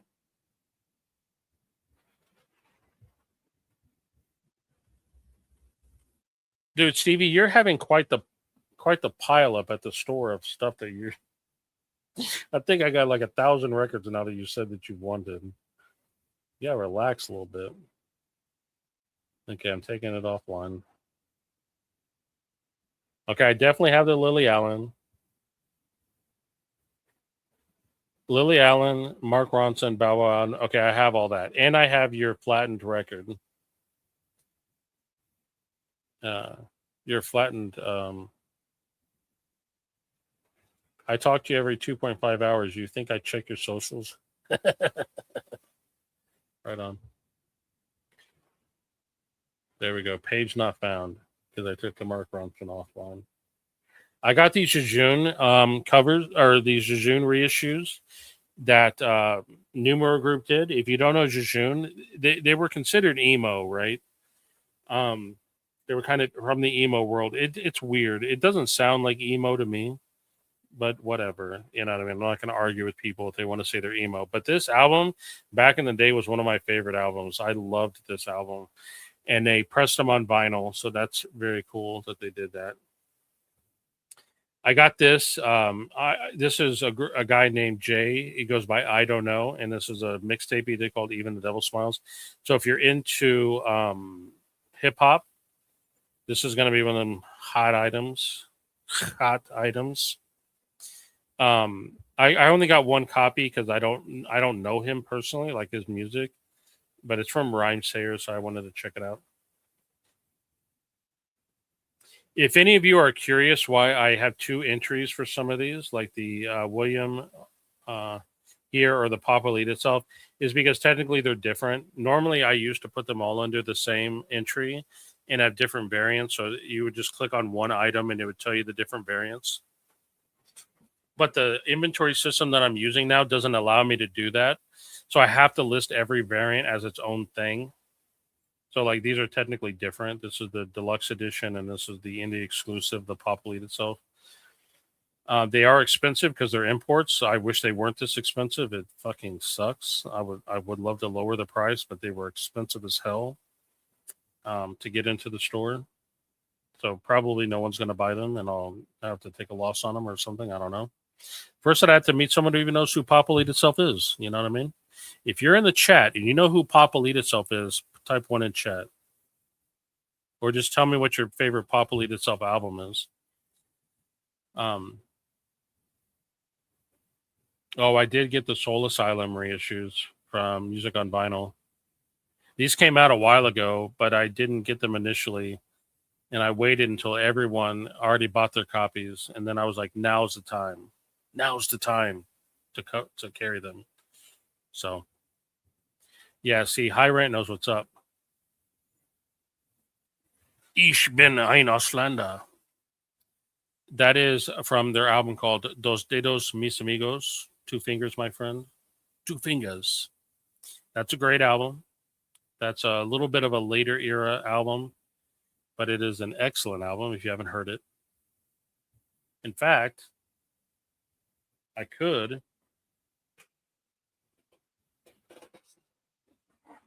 me see if I have a copy here.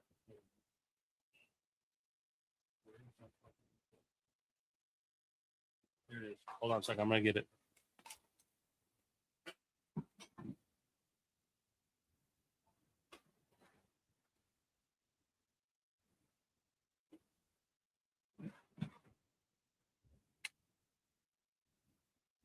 Pop, pop, pop, pop. Delete itself. So this right here, I don't have this on vinyl. The vinyl is kind of expensive, but this is I have the original CD over there somewhere buried. But this is the Cherry Red reissue that they did with the bonus stuff. So Cherry Red was awesome UK label. Did these expanded editions of the Populated Self albums. This is the Dos Dedos Mis Amigos album with the extra stuff on it. It comes with a second disc, which has the Two Lick of the Old cassette box. It's the quote Lost album. I listened to the second album, but it's been a long time ago. This came out in 2013, so this has been around for a minute. But yeah, this is the album that has Ich bin ein Ausländer. It's got Kick to Kill, Kick to Kill. It's got the Die Krups mix of Ich bin ein Ausländer. Is my German good? Anybody know? Ich bin ein. I don't want to start suggesting stuff because I'll never stop. Okay. I want to get that live coil record if you ever get it in. Yeah, let me check it again. But last time I checked, they were out of stock on it. I had it. I ordered it. It was on my list. Like it was in. I had my order in, but I guess they ran out of copies before they could fill my order, so it went on back order. You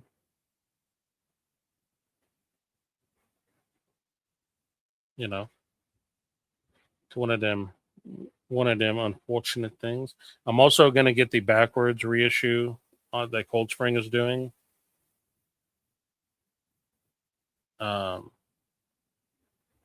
Dude, I have a ton of coil already. Let me see how much coil I got. I have like a huge coil section in the store. I got Time Machines. I got Black Antlers. I got the recoiled, the remixes for Nine Inch Nails. Elf versus Coil Worship the Glitch. I got the Moon's Milk. I think I only have one more copy of this. Yeah, I think I have one more copy of this on vinyl. This one's been selling good lately. I got Icon of Coil, which is not coil. Not the same thing, guys. It's good music, but it's not the same thing. I got Live One. I got this one.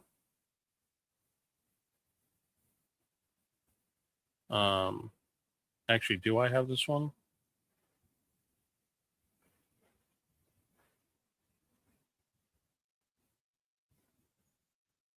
I get really paranoid about my inventory system. I have Queens of. I think I have this. I should have it because it says I have it, but I'm getting nervous. I have Queens of the Circulating Library, Constant Shallowness. I got the How to Destroy Angels, and I got Blacklight District. And what else I got here? I found a copy of Spawn Ranch, the curled one. So I put this back on the website.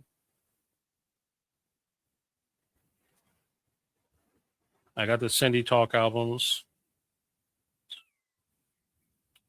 Wait, what is this? Oh, it's a CD. This is Phil Western and Mark Spivey. I must have gotten an extra copy of this, so that's why it's up there. Cindy Talk. I got all the Cindy Talk stuff that's in print.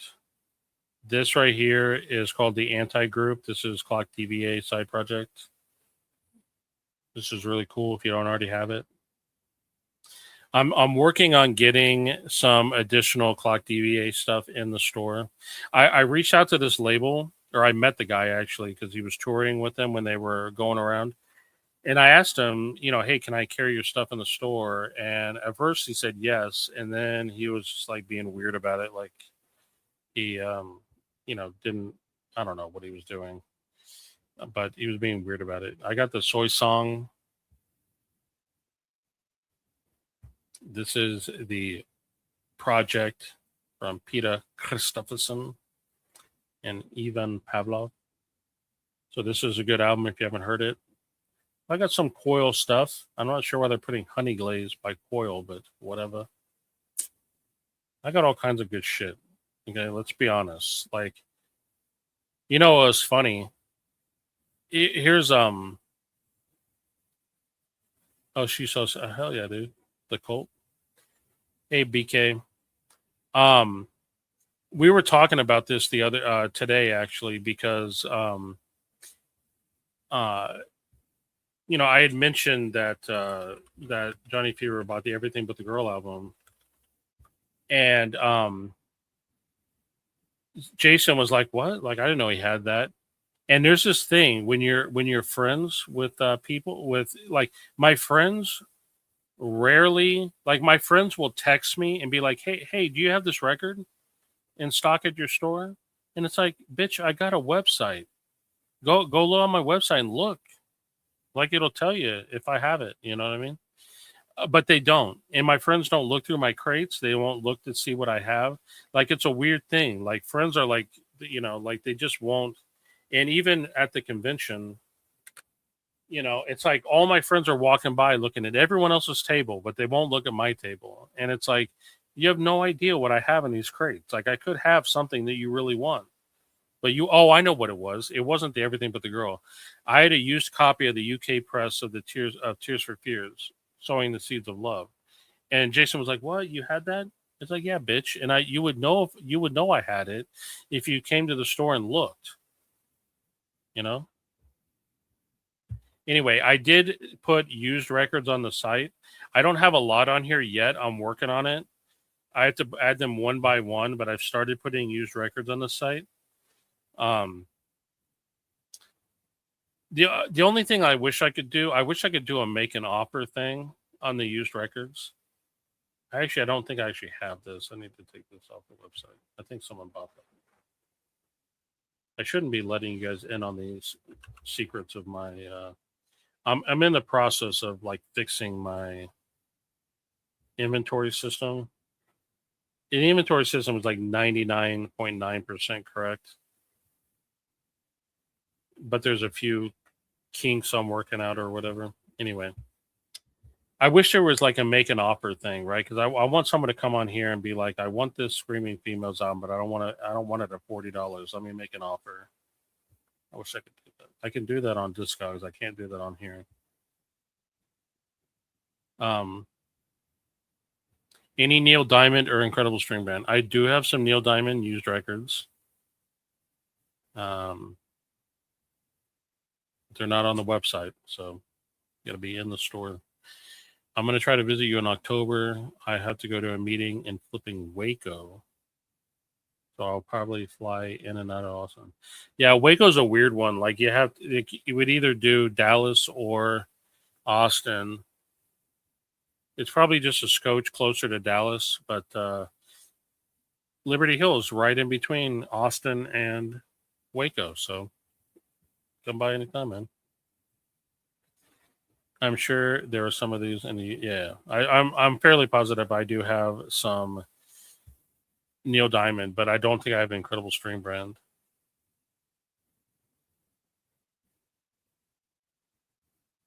BK, you better let Bong know. Wait, about going to Scotland? Stevie wants a Screaming Females album.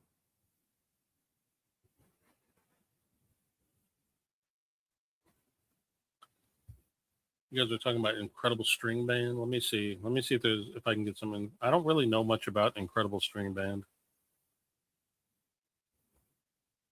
Haha, there he is. He's in the chat. Yeah, I didn't have the Tears for Fears during the record show. You had to come into the store. You know what I mean? Incredible String Band.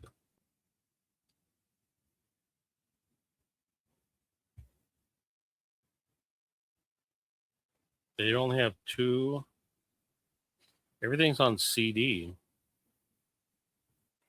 Incredible String Band. Incredible String Band.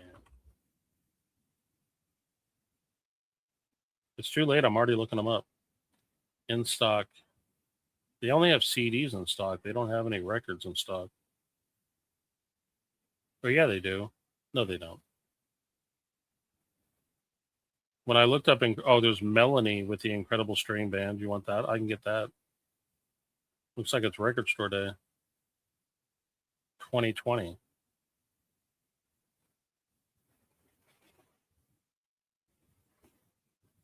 Dude, Screaming Females are fucking amazing, dude. What was her name? Marissa. From Screaming Females. Dude, she's a great artist. She does all her own art. She's like I legitimately will tell you, I think Marissa is like one of the greatest guitar players in rock music right now. Um Unfortunately, Screaming Females, I think they disbanded. I don't think they are, but she has her solo stuff. She also has a band, like a project she calls Noun, which I have that. Noun. This is I don't know how many people know this, but this is Marissa from Screaming Females. It's a used copy, but yeah, Screaming Females, incredible in live. Like holy shit, dude! I love to see Screaming Females live. No, Bong was expressing his love for Neil Diamond and Incredible String Band. Okay.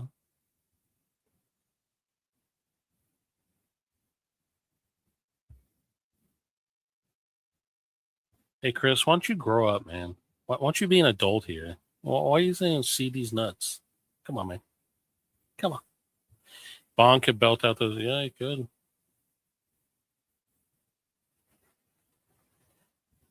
I'm talking to mad shit about Jason, and then he disappears in chat. I got a whole bunch of tears for told. Oh hell yeah, dude. Stevie, come on, man, bring him in. Yep. See, High Rant knows what's up. Marissa Paternoster, dude. She is a fucking. So I don't know if you ever know. What was her name? Who was that guitar player that was on Kill Rock Stars? The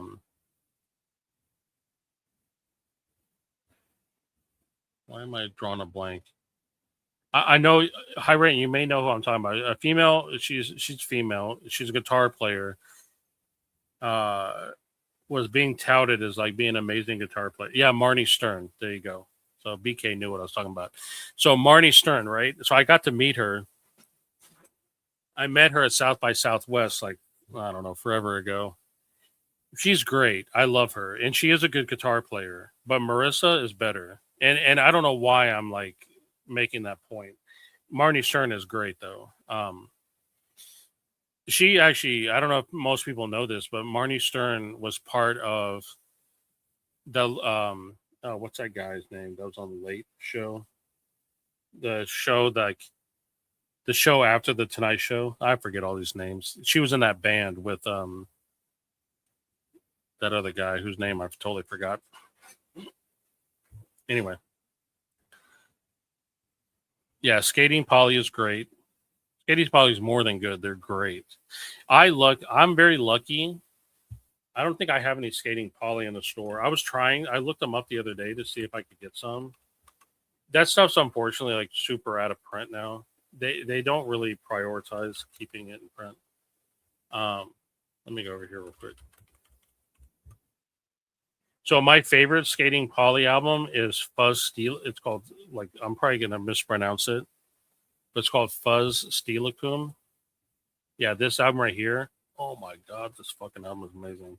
You can buy it digitally, but it's gonna be hard to find it on any physical media. But this album, so good, so good. In fact, their other album called Lost Wonderfuls, great album, another great album. Um, and I'm very lucky that I got to see them. They used to come here for South by Southwest, so I've seen them live a bunch, especially like back in the day. These are great albums. The Make It All shows really, actually, all these are really good. Skating Polly's great. Like if you like Screaming Females, Skating Polly's a little bit more punk, a little bit more in the on the punk side of things, but extremely good. Yeah. ISB, you're either into English folk or you find them twee. Okay.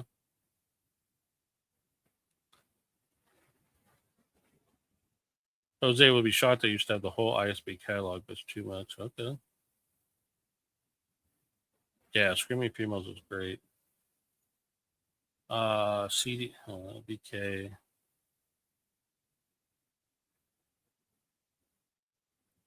Yeah, yeah, we had some. We went to Chewy's for those who know Chewy's. Thanks. Yeah, yeah. But that's what that album is that I have in the store, right?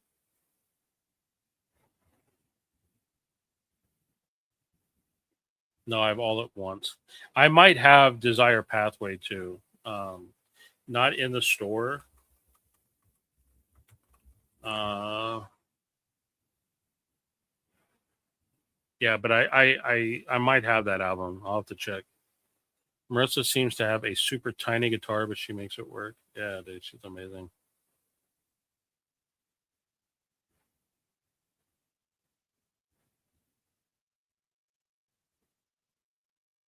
Yeah, she did. Yeah, I mean they were very lucky. Skating Polly was that they had like I don't know if I'd call them like mentors, but I'm pretty sure they got to meet Kathleen Hanna, Hannig Sorvenka, um, and others that kind of helped them out.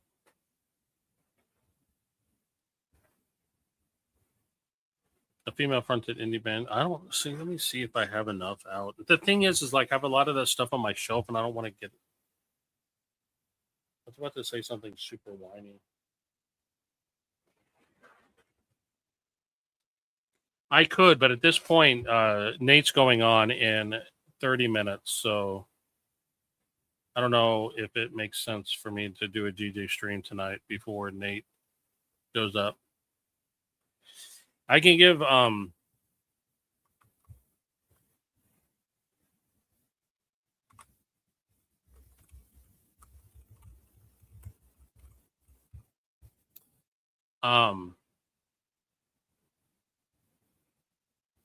yeah.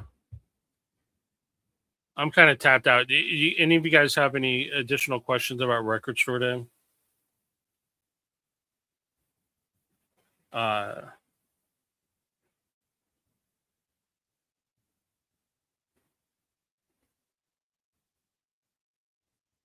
I just during this whole process, like if at any point, um, I so Chris says go on after Nate. I could if I can stay up that late. It's I hate to be that old guy like I gotta stay up late. I haven't been getting a lot of sleep lately, so I have to try to get some sleep because I gotta work tomorrow. If I don't DJ tonight, I'll DJ tomorrow before Nate. If you got Screaming Fields last time, play Brass Bell for the chat and blow their mind. I do have some. I do have.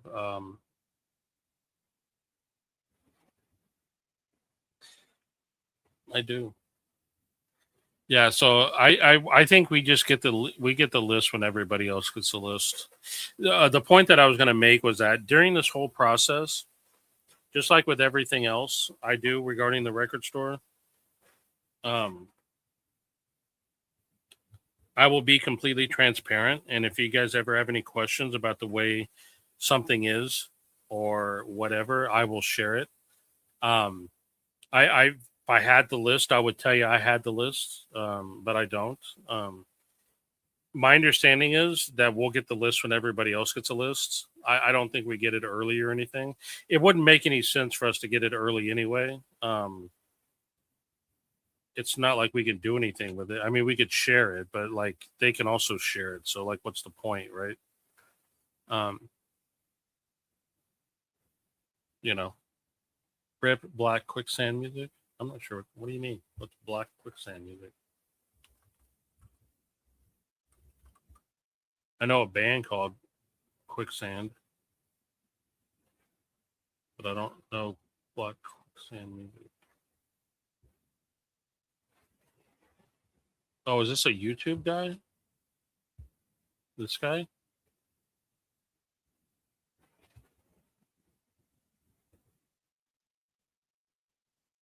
Music lover, favorite band is Black Sabbath.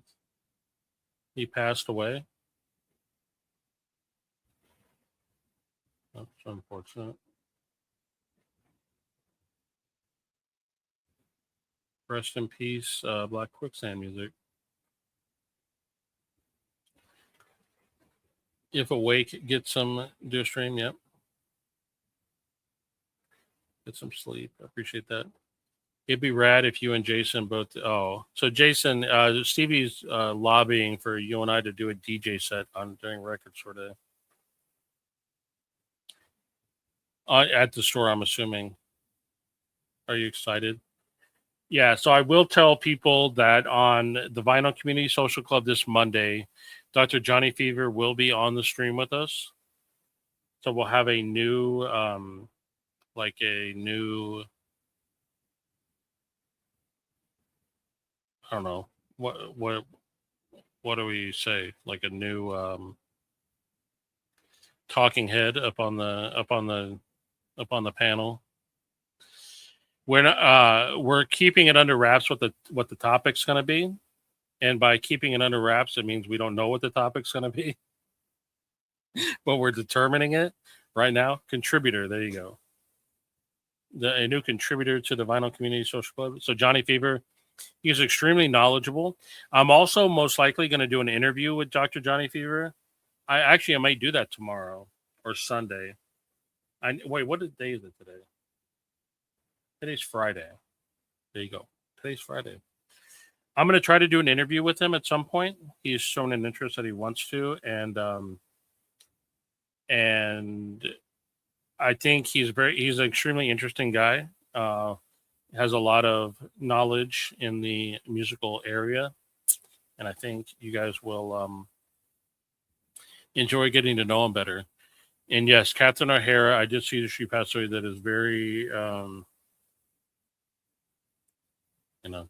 I didn't see what the cause was, but it's very, very unfortunate. I appreciate that, Vinyl Kicks. What's the question? The topic should be BC blood feuds. Well, here's the thing, BK. As has been evidence, we've all seen it with our own eyeballs. Jason Rojas and Mazzy are building bridges. They are not burning bridges, so they are starting to get along. We've seen a little taste of this during Surface Noise. So, are we going? I think we may be exiting our blood feud era in the VC and entering a new peaceful era where everyone gets along.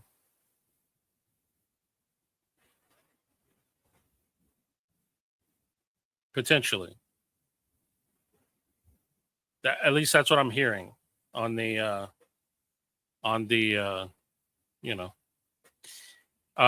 so what do you mean? Who is that? I don't know who you're referring to. Topic: does Jose drop the F-bomb more than Mazzy uses the term wank? There you go. I mean, listen, I'm not trying to lobby for people to recognize how much I drop the F-bomb, but I don't exactly shy away from it. So you're dreaming too much. What about Jason and Mazzy? I don't know. I just think in 2026, I think the vibe is going to be about love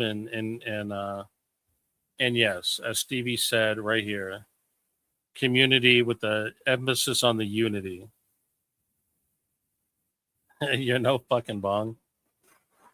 This is, in more ways than one, this is a very true statement. In fact, I should get a T-shirt that says that. I'm no fucking bong. Speaking of T-shirt, do you guys see my Skinny Puppy T-shirt? Gotta move the mic. No, because in my nameplate. I don't know how to make the nameplate. I got my Skinny Puppy shirt on today. That's because you are behind comments. Who is that? The new panelist? Does he have a channel? Okay. Well, I don't want to ruin. You'll find the answer to that very soon. His name is Dr. Johnny Fever. You've probably seen him in chat. He's caused almost the entire panel, if not everybody, to laugh. He has funny comments all the time, but he actually has a lot of knowledge about this area. And we met him in person first during the Awesome Record Convention. But we've since become friends. He lives down in San Antonio currently, or in the San Antonio area. And you guys will get to know him. I don't 100% know if he's going to be a new panelist all the time. That's something Jason and Chris and him will have to like work out or whatever. But he will definitely be on Monday. Did you hear Adrian Sherwood is? Oh my god, dude! Vinyl Kicks. Like, where have you been? What world are you living in? Vinyl Kicks. Like, I want someone to check you out. I need to do one of them. What do you call it? The check a wellness check on Vinyl Kicks. Does anyone know where he lives? Can you do a wellness check? Look, I got it. I just did a whole thing where I talked about it for like 20 minutes. I got him up on pre-order here. I got the full box set here with the Adrian Sherwood reimagining, the dub version of In a Space Out of Town, and I also got the standalone. I want Vinyl Kicks. If there's one thing I want you to take away from this stream, it's that there's nothing that is going to happen in the world of Adrian Sherwood musically that I am not going to be on top of. I'm all about Adrian Sherwood. So I'm very excited about this album. And everyone else who's been here for a while is probably sick of me talking about it at this point. Because I mentioned it a few times. But yeah, I am. And the Nightmares on Wax, this actually is a great Nightmares on Wax album. In a Space Out of Sound, which I do have, I'll just mention again because I want to. I do have Nightmares on Wax catalog for sale, and I do have the original like non-special edition version of In a Space Out of Sound here if you want that. So I have the regular version, I have the 20th anniversary edition that's in the box set, and I have the standalone Adrian Sherwood dub version. He did release a one of the songs on YouTube already, so you can hear one of them. I forget the what's the song he put out? I don't know. It's on YouTube. I listened to it the other day. I forget the title of it, but it is excellent. Excelente. I had to leave for a little while. Yeah, I did. I'm sorry. I was just teasing you, man. Almost looks like an Ani DeFranco cover. What, this album looks like an Ani DeFranco cover? I'm not talking shit about Ani DeFranco, are you? Do I have any Ani DeFranco in stock? I do. I have the self-titled. She keeps reissuing this album over and over again. This is a great album, right? It's classic. It's all the early songs. This would be a good intro into like classic Ani DeFranco, right? Because you got to hear Both Hands, A Slant, Fire Door. These are like classic songs. Like she plays live still. It's a great album, but I like later era Ani DeFranco, where she really got really mature. And anyway,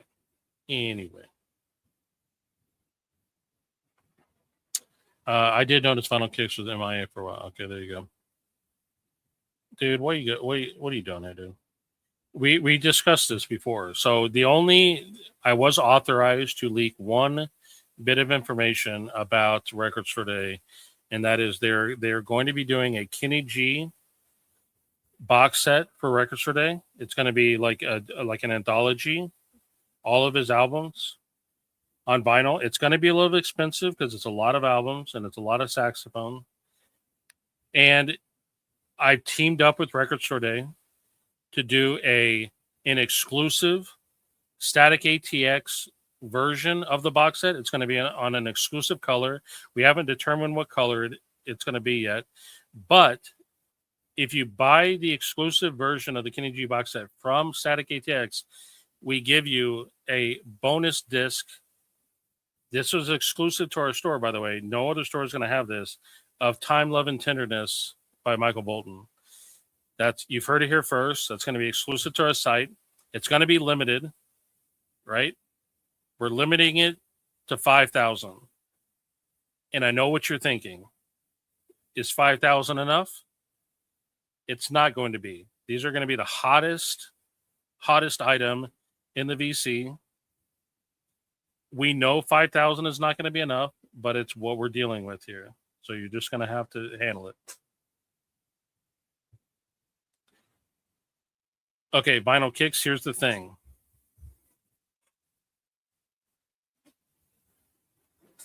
Hold on. Talk amongst yourselves. I'll be right back.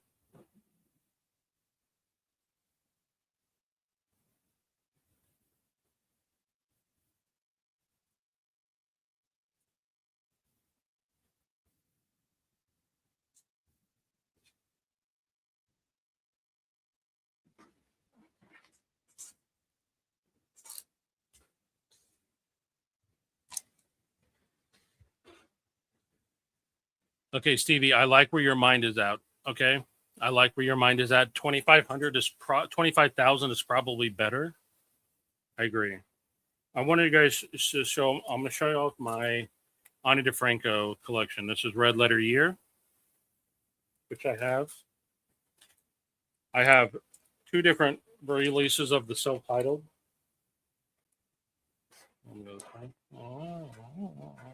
Two copies. One of them's on black vinyl. One is on this, I don't know what you'd call that, booger color. I have Allergic to Water.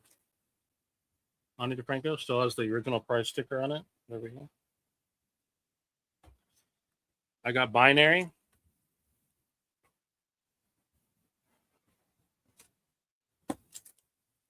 I got a Daughter album on 4AD.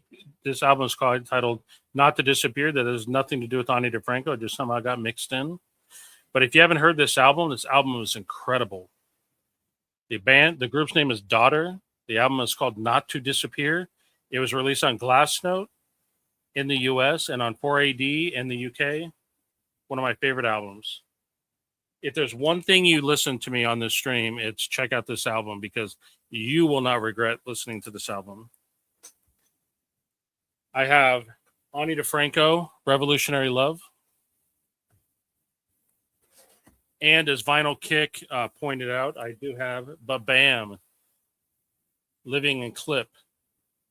So Vinyl Kick, you got to keep my name out your mouth, fool. You know that I got Living in Clip, dude. Look, Living in Clip. This is the red, was it like red and black splatter or whatever you call this, marbled. Living in Clip, one of the greatest live albums ever recorded. This has my absolute favorite. She released another live album called So Much Shouting, So Much Laughter. Has my favorite live song from Ani DeFranco ever. This is good early Ani DeFranco live music. So Much Shouting, So Much Laughter, which isn't on vinyl, is my favorite of the later era. So I have a ton of Ani DeFranco on vinyl. Let me tell you. Rojas is not getting any test pressings. Ain't nothing but a G thing. That's what we should call it. We should call it Ain't Nothing But a G Thing. Kenny G box set. Fuck, why did I mention? Did you see the album, Nate? Hey, Stevie, why are you talking shit? Don't talk shit, dude. Let me go see what he's playing. No, he's playing. It's something. He's playing Ween. Oh, sorry. Should I ruin that? Here is Nate's Secret Spin, and I think everybody, everyone should know what that album is.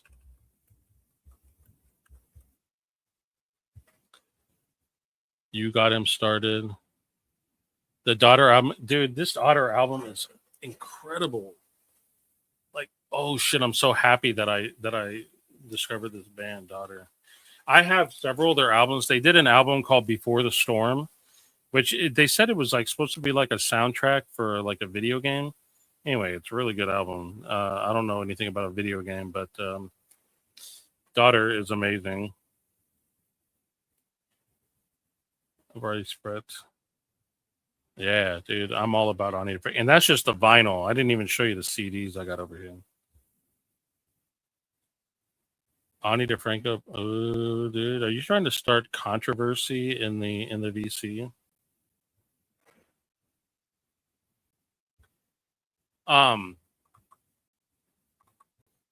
If I like to hang out, here's the thing, Stevie. I'm not gonna. I accidentally competed against Nate DJ wise without realizing it a while ago, and I'm not gonna do that again. So I'm not gonna DJ while he's on. But if we just like to hang out and talk, we can always talk in the chat over there. I will say this about Daughter. You know, I heard that they kind of disbanded a little bit. I think they didn't they announce on their social media that they released like an extra song. I think they did. Oh, by the way, hold on. Since we're mentioning, since I'm here mentioning things, I'm gonna share this real quick.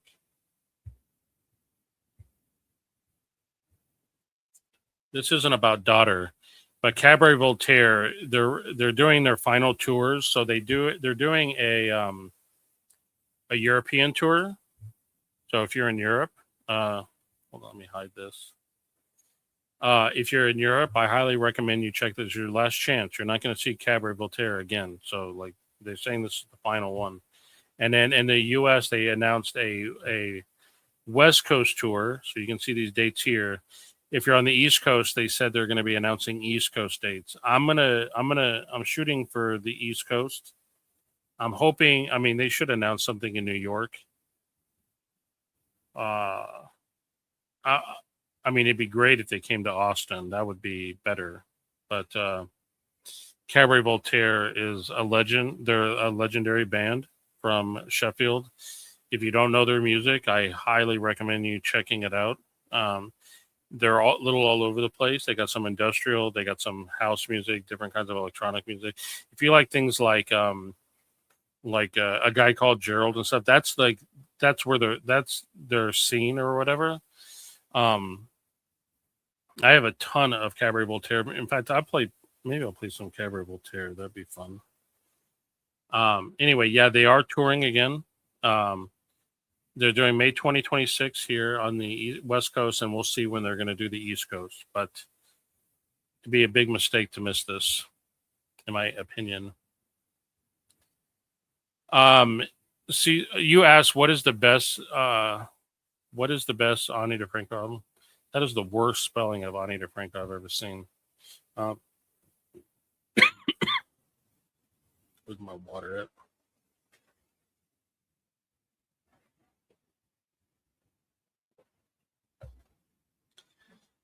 It's hard to say what the best Ani DeFranco album is because she has a lot of albums, and so we've kind of grown up with Ani DeFranco. So, like, if you listen to her first album and then you listen to her last album, the last album she released, it's almost like night and day different. So, like, so I'd have to break it up into eras. Like, of the early era, I like Out of Range. It's got my all-time favorite Ani DeFranco song on it. I think Out of Range was like her third album. For the middle years, I really like Living Little Plastic Castle. Well, you can't go wrong. Like Dilate and Not a Pretty Girl are her legendary albums. Like that's her Violator era. So you can't go wrong checking out like Dilate to me is like a fucking perfect album. You should listen to. In fact, I have Dilate on vinyl. Wait, where is my Dilate vinyl? I had Dilate and Not a Pretty Girl on vinyl. It wasn't in my stack here for some reason. I must have them in another box. Um, but Living Little Plastic Castle came right after that. Amazing. She started introducing some jazzier elements into her music. Um, what's someone with? Hold on. Listen, I know none of you guys are going to go listen to Ani DeFranco, even though that's a really bad. You guys should. So the album titled.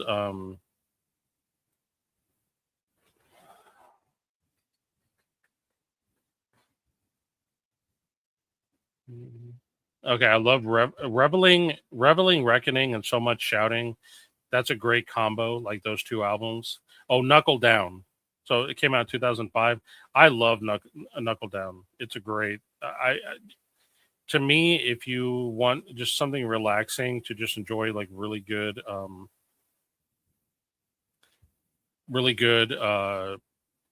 kind of like chill music or whatever. This is a great album, dude. Yeah. You can't really go wrong, like honestly. Like she doesn't have like really terrible albums. Um yeah, the Portland show. Yeah. We need to do a VC mixtape trade. Okay. I'll need a Franco. Joel, do you ever see yourself interviewing someone from Vancouver? Yeah. Okay, Russell, if you're bringing up this Canada thing, um, I'm assuming that's what you are because you're making this comment. I love Canada. Okay, that was a misunderstanding. What happened in chat? I don't remember what was being talked about, but I asked Dagon if he was from Ontario, and I don't remember why I asked him that. I don't remember what the context was. Um, but he said he was from Vancouver, and I said that's a hell nah then, meaning he's not near Ontario because Vancouver is way over on the west side of Canada, and Ontario's in the middle or a little bit on the east side. So it's like, no, he's not. That's what I meant when I said, oh, hell no. Not meaning I wasn't going to interview him. Besides, if I was anti Canada, like, why would I be pro Ontario but anti Vancouver? Doesn't make any sense. Besides, like, Vancouver is like the closest I've been to Canada. I haven't been inside Canada yet, but I've been to Seattle a bunch. So I've been to Vancouver, Washington. I just haven't been over the border. Um, anyway, Kirk is gone. Yeah, yeah. I do have a bunch of Richard H. Kirk solo albums too. I highly recommend checking them out if you haven't. In fact, the album that there's two albums that I recommend very specifically. Virtual State, I really love. The Number of Magic. Like you can see which ones I have in my collection. I have all of these in my collection. Actually, I have more because I have some of these later ones too. I just didn't put them in my. I don't have this. I don't know what this is. Unreleased soundtrack project. I'm not sure what that is. Anyway, Richard H. Date is great. Yeah, but I do think. Yeah, yeah. Um, yeah, yeah. It was a misunderstanding. Like, why would I ever be against Canada? Um, let's go ahead and everyone let's head over to Nate's channel. I put a link here. Is the 20th anniversary of Little Plastic a good reissue? What? So it was never pressed on vinyl before. So it is. If you want it on vinyl, it's the only thing. There is no OG. Um, there is no. Let me double check. I'm like pretty confident there is no original of Little Plastic Castle. Um, yeah, there's not. So all of Ani DeFranco's music was originally just on CD. So So she started pressing some of it on vinyl. She's done her first album on vinyl. She's done Not a Pretty Girl twice now. She's done Dilate. She did Living in Clip. She did Little Plastic Castle, and then she's done the later albums. There's still a bunch of her albums she has never done on vinyl. So, for Dilate and Not a Pretty Girl, to me, if you only checked out anything, I would say Dilate first. If you like Dilate, get Not a Pretty Girl. If you want something a little different than Dilate, but you want to check out something else, go for Little Plastic Castle. That's my recommendation. For me, Cab at their best was the Crackdown, Microphonies, the Covenant. Yeah, so all three of those. Well, the Crackdown, Microphonies, the Covenant have all been reissued. Code, I'm not sure. I don't think that's been reissued. I don't think so. Let me double check. Well, you can find originals of those. Those should not be hard albums to find originals for. They should not. In fact, pretty sure I have. And yeah, I do. I have a 1983 European press on Virgin of the Crackdown. Yeah. Anyway, I could go on with this thing for never going back to Canada. They took my car apart, and I had to put what? What does that even mean? I appreciate you guys all joining. We're gonna go. I can't raid, but we're gonna go over to Nate's channel. So I put a link in the chat. I appreciate you guys all joining. I will continue to be open and transparent about Records Today. If any of you have any questions, you want to know, like the quote truth or whatever, like if there's any rumors you hear or whatever, I will be completely open with you guys about what's going on. And we hope to see you at the store or at whatever your local store is. Peace out. We're going to go over. And I will do a DJ stream maybe after Nate. If not, I'll do one tomorrow. Okay.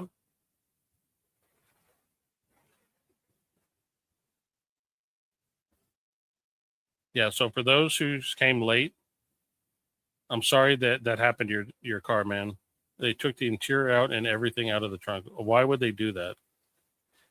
But save that for next time. You can tell me about what happened with it. We're going to head over to Nate. Peace out, guys. Peace.